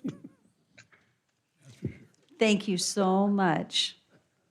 So as we close public hearing, and this is for Mr. Pierce's knowledge, we won't be able to come back and ask you any questions, and that's why I asked you if you have any further No comments. problem. Okay. No, there isn't. Great, thank you. Council, I'd stand for a motion to close public hearing. So move. All in favor? Aye. Mayor, I will make a motion, but first, before I make the motion, thank you, sir. Thank you. I want to take you out to dinner when you I move to recommend approval of the I'm sorry, of the zoning map amendment from RS6, single-family residential, 6,000 square foot, to RP residential professional zoning district at 3 North Midland Boulevard with all the conditions listed in the staff report and the conditions requirement that the applicant stated. Are there any other conditions that I missed? If I could clarify, I think that it should be, I move to approve. I put recommend approval for the Planning and Zoning Commission and failed to I change that. recommend to approve? Yes, I Okay, recommend so we'll approval. change I that. move to approve. I move to approve. I Thank you. apologize. Yeah. Second? It's been moved and seconded. Is there any further discussion? Mayor, for Mr. Reynolds, the offer of dinner from a guy that took his wife to Taco Bell on Valentine's Day is a little hollow. McDonald's is having a special, I'm sure. Mr. Pierce, we look forward to meeting you, and thank you so much. And Thank you very much. Thank you. Okay, so roll call. Rodriguez? Oh, my God, yes. Pingula? Yes. Haverfield? Yes. Levi? Yes. And Bruner? Yes. It's approved. Thank you, Mr. Pierce. Thank you, Mr. Pierce. Thank you very much. Have a Thank good you. night. You too. Okay, are you ready? I'm sure Cody's ready to be done. So 6.4 is an action item. This is the annexation and zoning to Community Business Zoning District at 920 Lake Lowell Avenue for the Nampa City Parks Division. And Cody, go for it. Good evening, Mayor and Council. Thank you very much. I'm here tonight, Cody Swander with City of Nampa Parks and Recreation Department, here tonight to request your approval of annexation into the City of Nampa for 2.28 acres at 920 Lake Lowell Avenue. It's kind of a zoning request because it is coming in from Canyon County. It's an enclaved area within Canyon County. Our request tonight is for you to approve it to be Zone BC, which would allow City of Nampa to utilize the property much the same way the Nampa School District previously utilized the property, which was for shop storage for their lawn maintenance activities. And it's probably twofold. The second more exciting piece is for the southern piece of the property to be turned into the Matthew Pelser trailhead for improvements for public access to the Wilson Pathway. Are there any questions? See none, thank you. Thank you. As you know, hang tight. I guess there is a staff report. No. There really doesn't need to There really be, doesn't. but, We don't okay, need it. Fine. okay. I'll explain. I'm gonna explain. Okay, so this is a public hearing, and there is no one signed up to testify in support of or in opposition to this. Is there anyone here or online that had intended to testify? Seeing none, I think I would stand for a motion to close. Council, do you have any questions? Cody, do you have any comments that you would like to close with before we close? As your staff, we could visit with you, but no? Okay. Mayor, Yes. I move that we close public hearing. Thank you. It's been moved and seconded. All in favor? Aye. Aye. Council discussion? Mayor, I'll make the motion to approve the annexation and zoning to BC as presented to us in our packet this evening, with all conditions of approval. Second? It's been moved and seconded. Is there any discussion? Mayor Kling, Yes. on Cody, if you'd come back for just for a second, if you don't mind, Mayor, I would like to promote our serviceman, Mr. Pelzer. And I don't know if you have any plans of this, but I would like to donate, if you do, to put a picture or a nameplate at the pathway. Thank you, Mayor, Councilman Rodriguez. It's my understanding that the name has already been approved by this council for the Matthew Pelzer Trailhead. And upon completion of the amenity improvements on there, I imagine a sign of some sort would be part of that. Okay, good, thank you. Keep And me the in mind. family has talked about doing even some fundraising and a bike ride. And so I'm really excited to see us get this done and actually to improve the area. Yes. Unfortunately, it's somewhat of an eyesore, the buildings. And so I think we have plans to paint and to fence, plant trees, and just improve the area to where it is a pleasant amenity in our community. I think our initial plan is for the southern piece to be developed probably before the buildings are handled, but ultimately some facade improvements on the buildings and conversion to office space and storage space for Nampa Parks Department. That's great. Good, Thank you. thank you. Any further discussion? Roll call. Rodriguez? Yes. Bruder? Yes. Pingula? Yes. Levi? Yes. Haverfield? Yes. That concludes our public hearing. I would like to move to, let's see. It is, Cody, it's your, I've got to find it real quickly. Which was your other item on 516? Oh, there we go. It was at the top of the public hearing sheet. So 516, this is an action item for the council to approve and spend up to $40,000 for new lights for Nampa's downtown Christmas tree. So moved. Second? It's been moved and seconded. Is there any discussion? Roll call. Pingula? Yes. Levi? Yes. Haverfield? Yes. Rodriguez? Yes. And Brunner? Yes. Thank you, Cody. You guys can go home now. Thank you so much. I think we have 3 more new business items. We do have a couple of first ordinances to read under unfinished business. We have been here for over 3 hours now. Does council need a break for 5 minutes? Oh, I was going to say finish it off, but I guess. Well, let's take a quick break because we do have Got a a, water bottle next to you? And I want to, No. I want to explain taco time at least. I could just stand.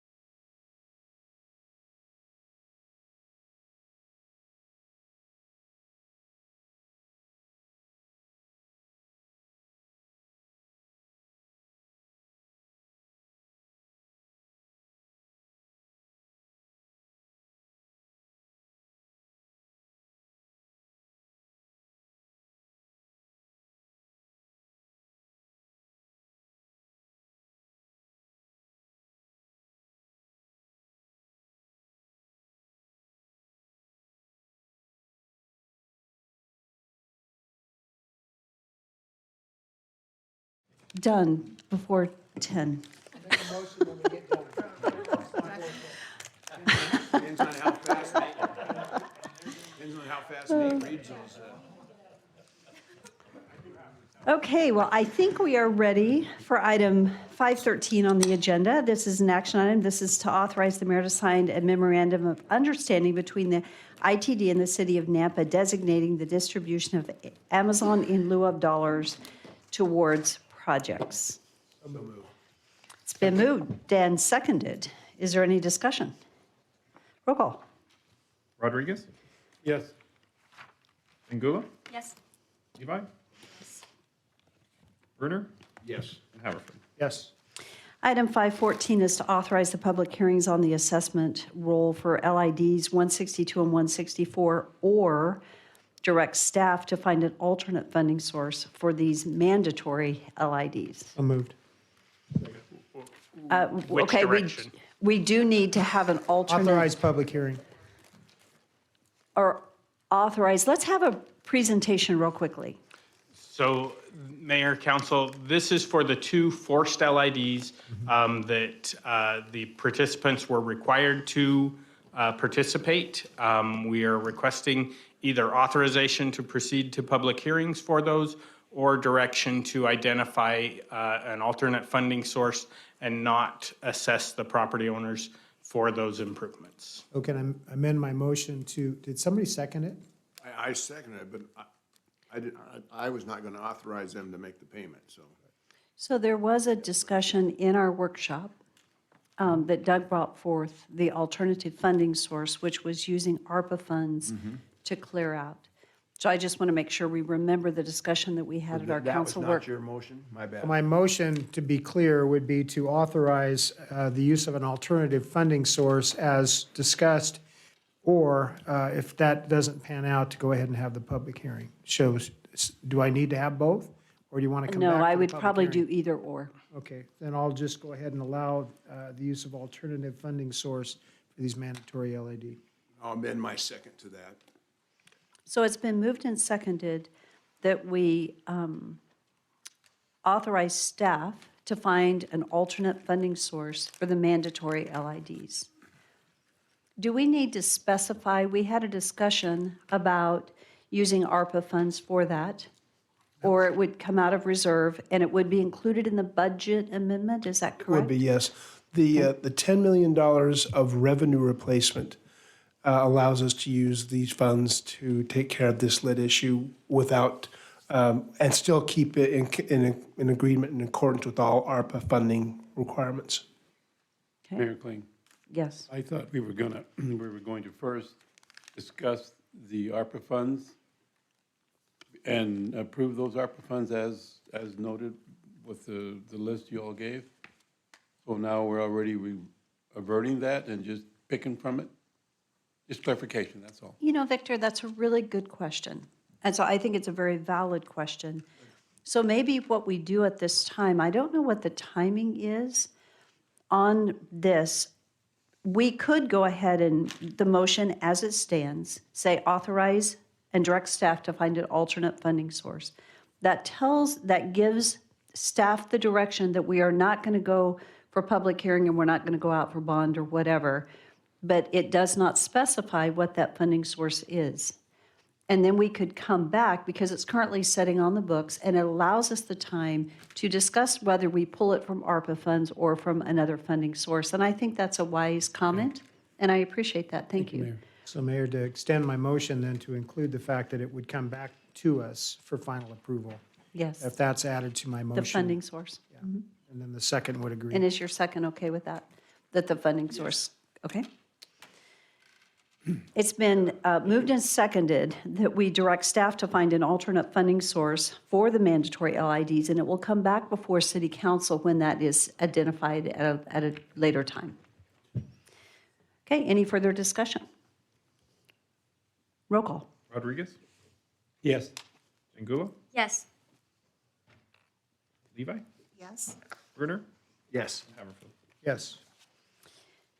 And I believe our last new business item is item 515. This is an action item to approve the 2022 CDBG Program Year Application Guidelines as presented by Matt. So move. Second. And included in our council packet. Matt, it's been moved and seconded. That's Is fine. there Is there- anything you need to? I just have one thing. I really only had 3 slides, but Take a look at them. it's only really, it has nothing to do with the application itself. It has more to do with, I've been in some trainings recently with some other community development associations. And it's, all are under the impression that we're not going to have a funding allocation, an official funding allocation from HUD until possibly end of April, May. That's not standard. I think some of it's to do with their budget discussions on the Hill. So normally we would get it end of February. So right now, in order to move forward in a timely way, we are gonna have our application round open up, and we're gonna allocate funding for right now based on last year's allocation. And then public service activities will be funded and not adjusted. If there is an adjustment, which there probably will, of course, be, it'll either be higher or slightly lower, we'll make those adjustments in city-funded activities. And so we'll come back to you again, just to let you know, this is our actual funding allocation we got in May. We'll make a last-minute correction to whatever minor amounts we'll have to amend, and then we'll put it out for public comment. But right now, they're anticipating we won't, by the time our application round goes out, we will not have an official word from HUD about our allocation. I just wanted you to be aware of that, just so it's on your radar. That's a slight deviation from our normal plan, so.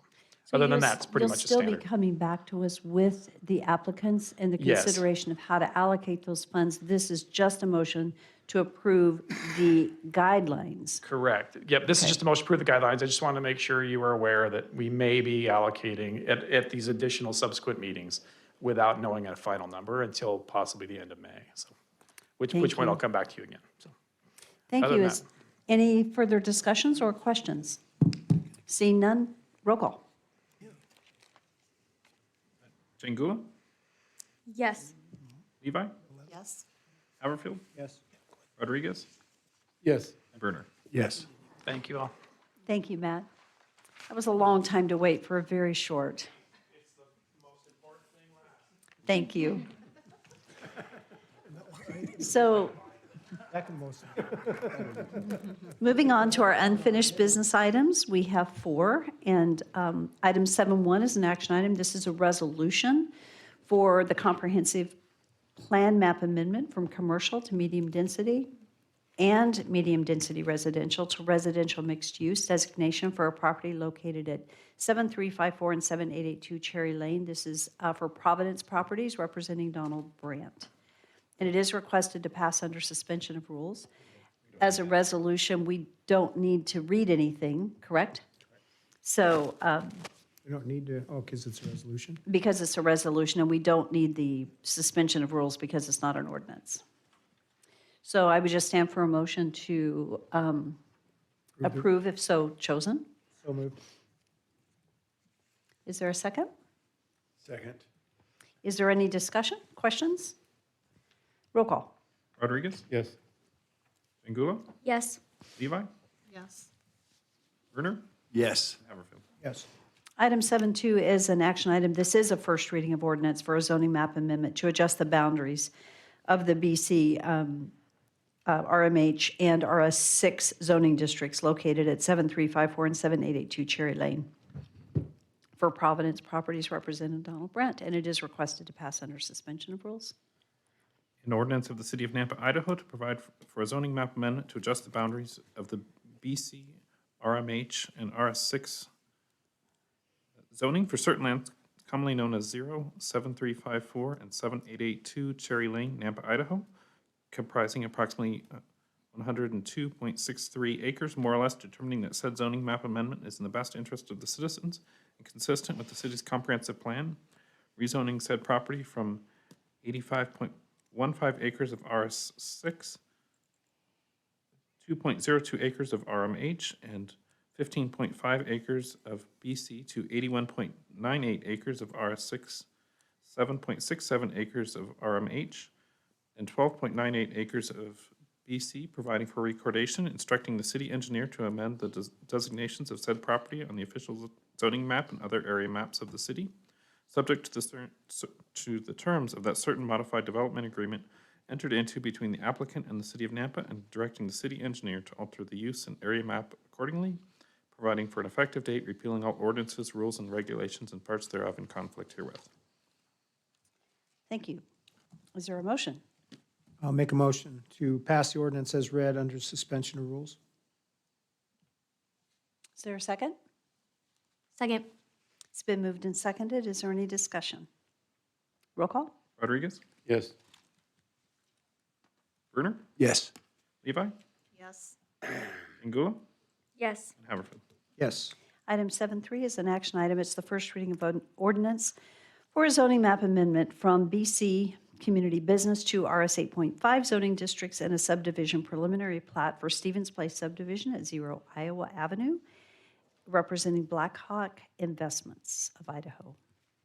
An ordinance of the city of Nampa, Idaho to provide an RS 8.5 zoning designation for certain lands commonly known as parcel R32065012A0 located at 0 Iowa Avenue, Nampa, Idaho, comprising approximately 6.24 acres more or less, determining that said zoning is in the best interest of the citizens and consistent with the city's comprehensive plan, rezoning said property from BC to RS 8.5, providing for recordation, instructing the city engineer to designate said property as RS 8.5, single-family residential on the official zoning map and other area maps of the city, subject to any conditions imposed by the city council, and directing the city engineer to alter the use and area map accordingly, providing for an effective date, and repealing all ordinances, rules, and regulations and parts thereof in conflict herewith.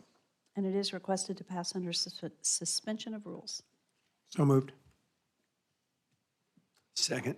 It's been moved and seconded. Is there any discussion? Roll call. Rodriguez? Yes. Angula? Yes. Levi? Yes. Brunner? Yes. And Haverfield. Yes. Item 7.4 is an action item. This is the first reading of ordinance for annexation and zoning to RS 12 and potential development agreement at 345 West Dooley Lane in order to connect an existing single-family home for Jean Hennis, and it is requested to pass under suspension of rules.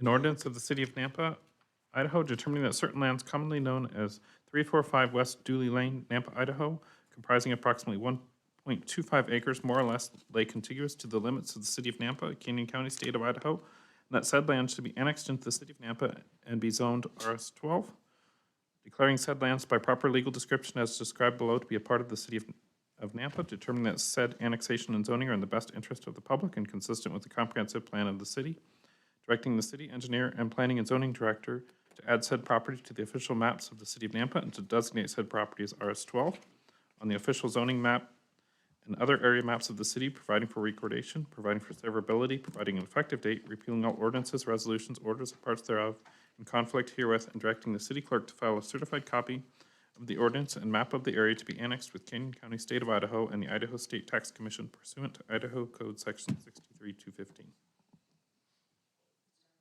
Mayor? I move that we approve the ordinance for annexation and zoning to RS 12 at 345 West Dooley for case number ANN 222-21 and under suspension of rules. Second.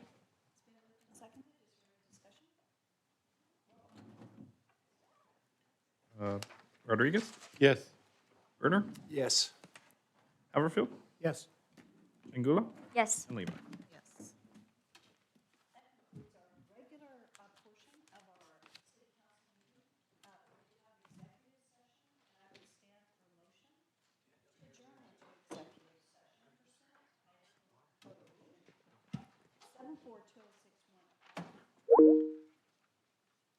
I've got to repeat that. I'm sorry, my microphone wasn't on. So that does conclude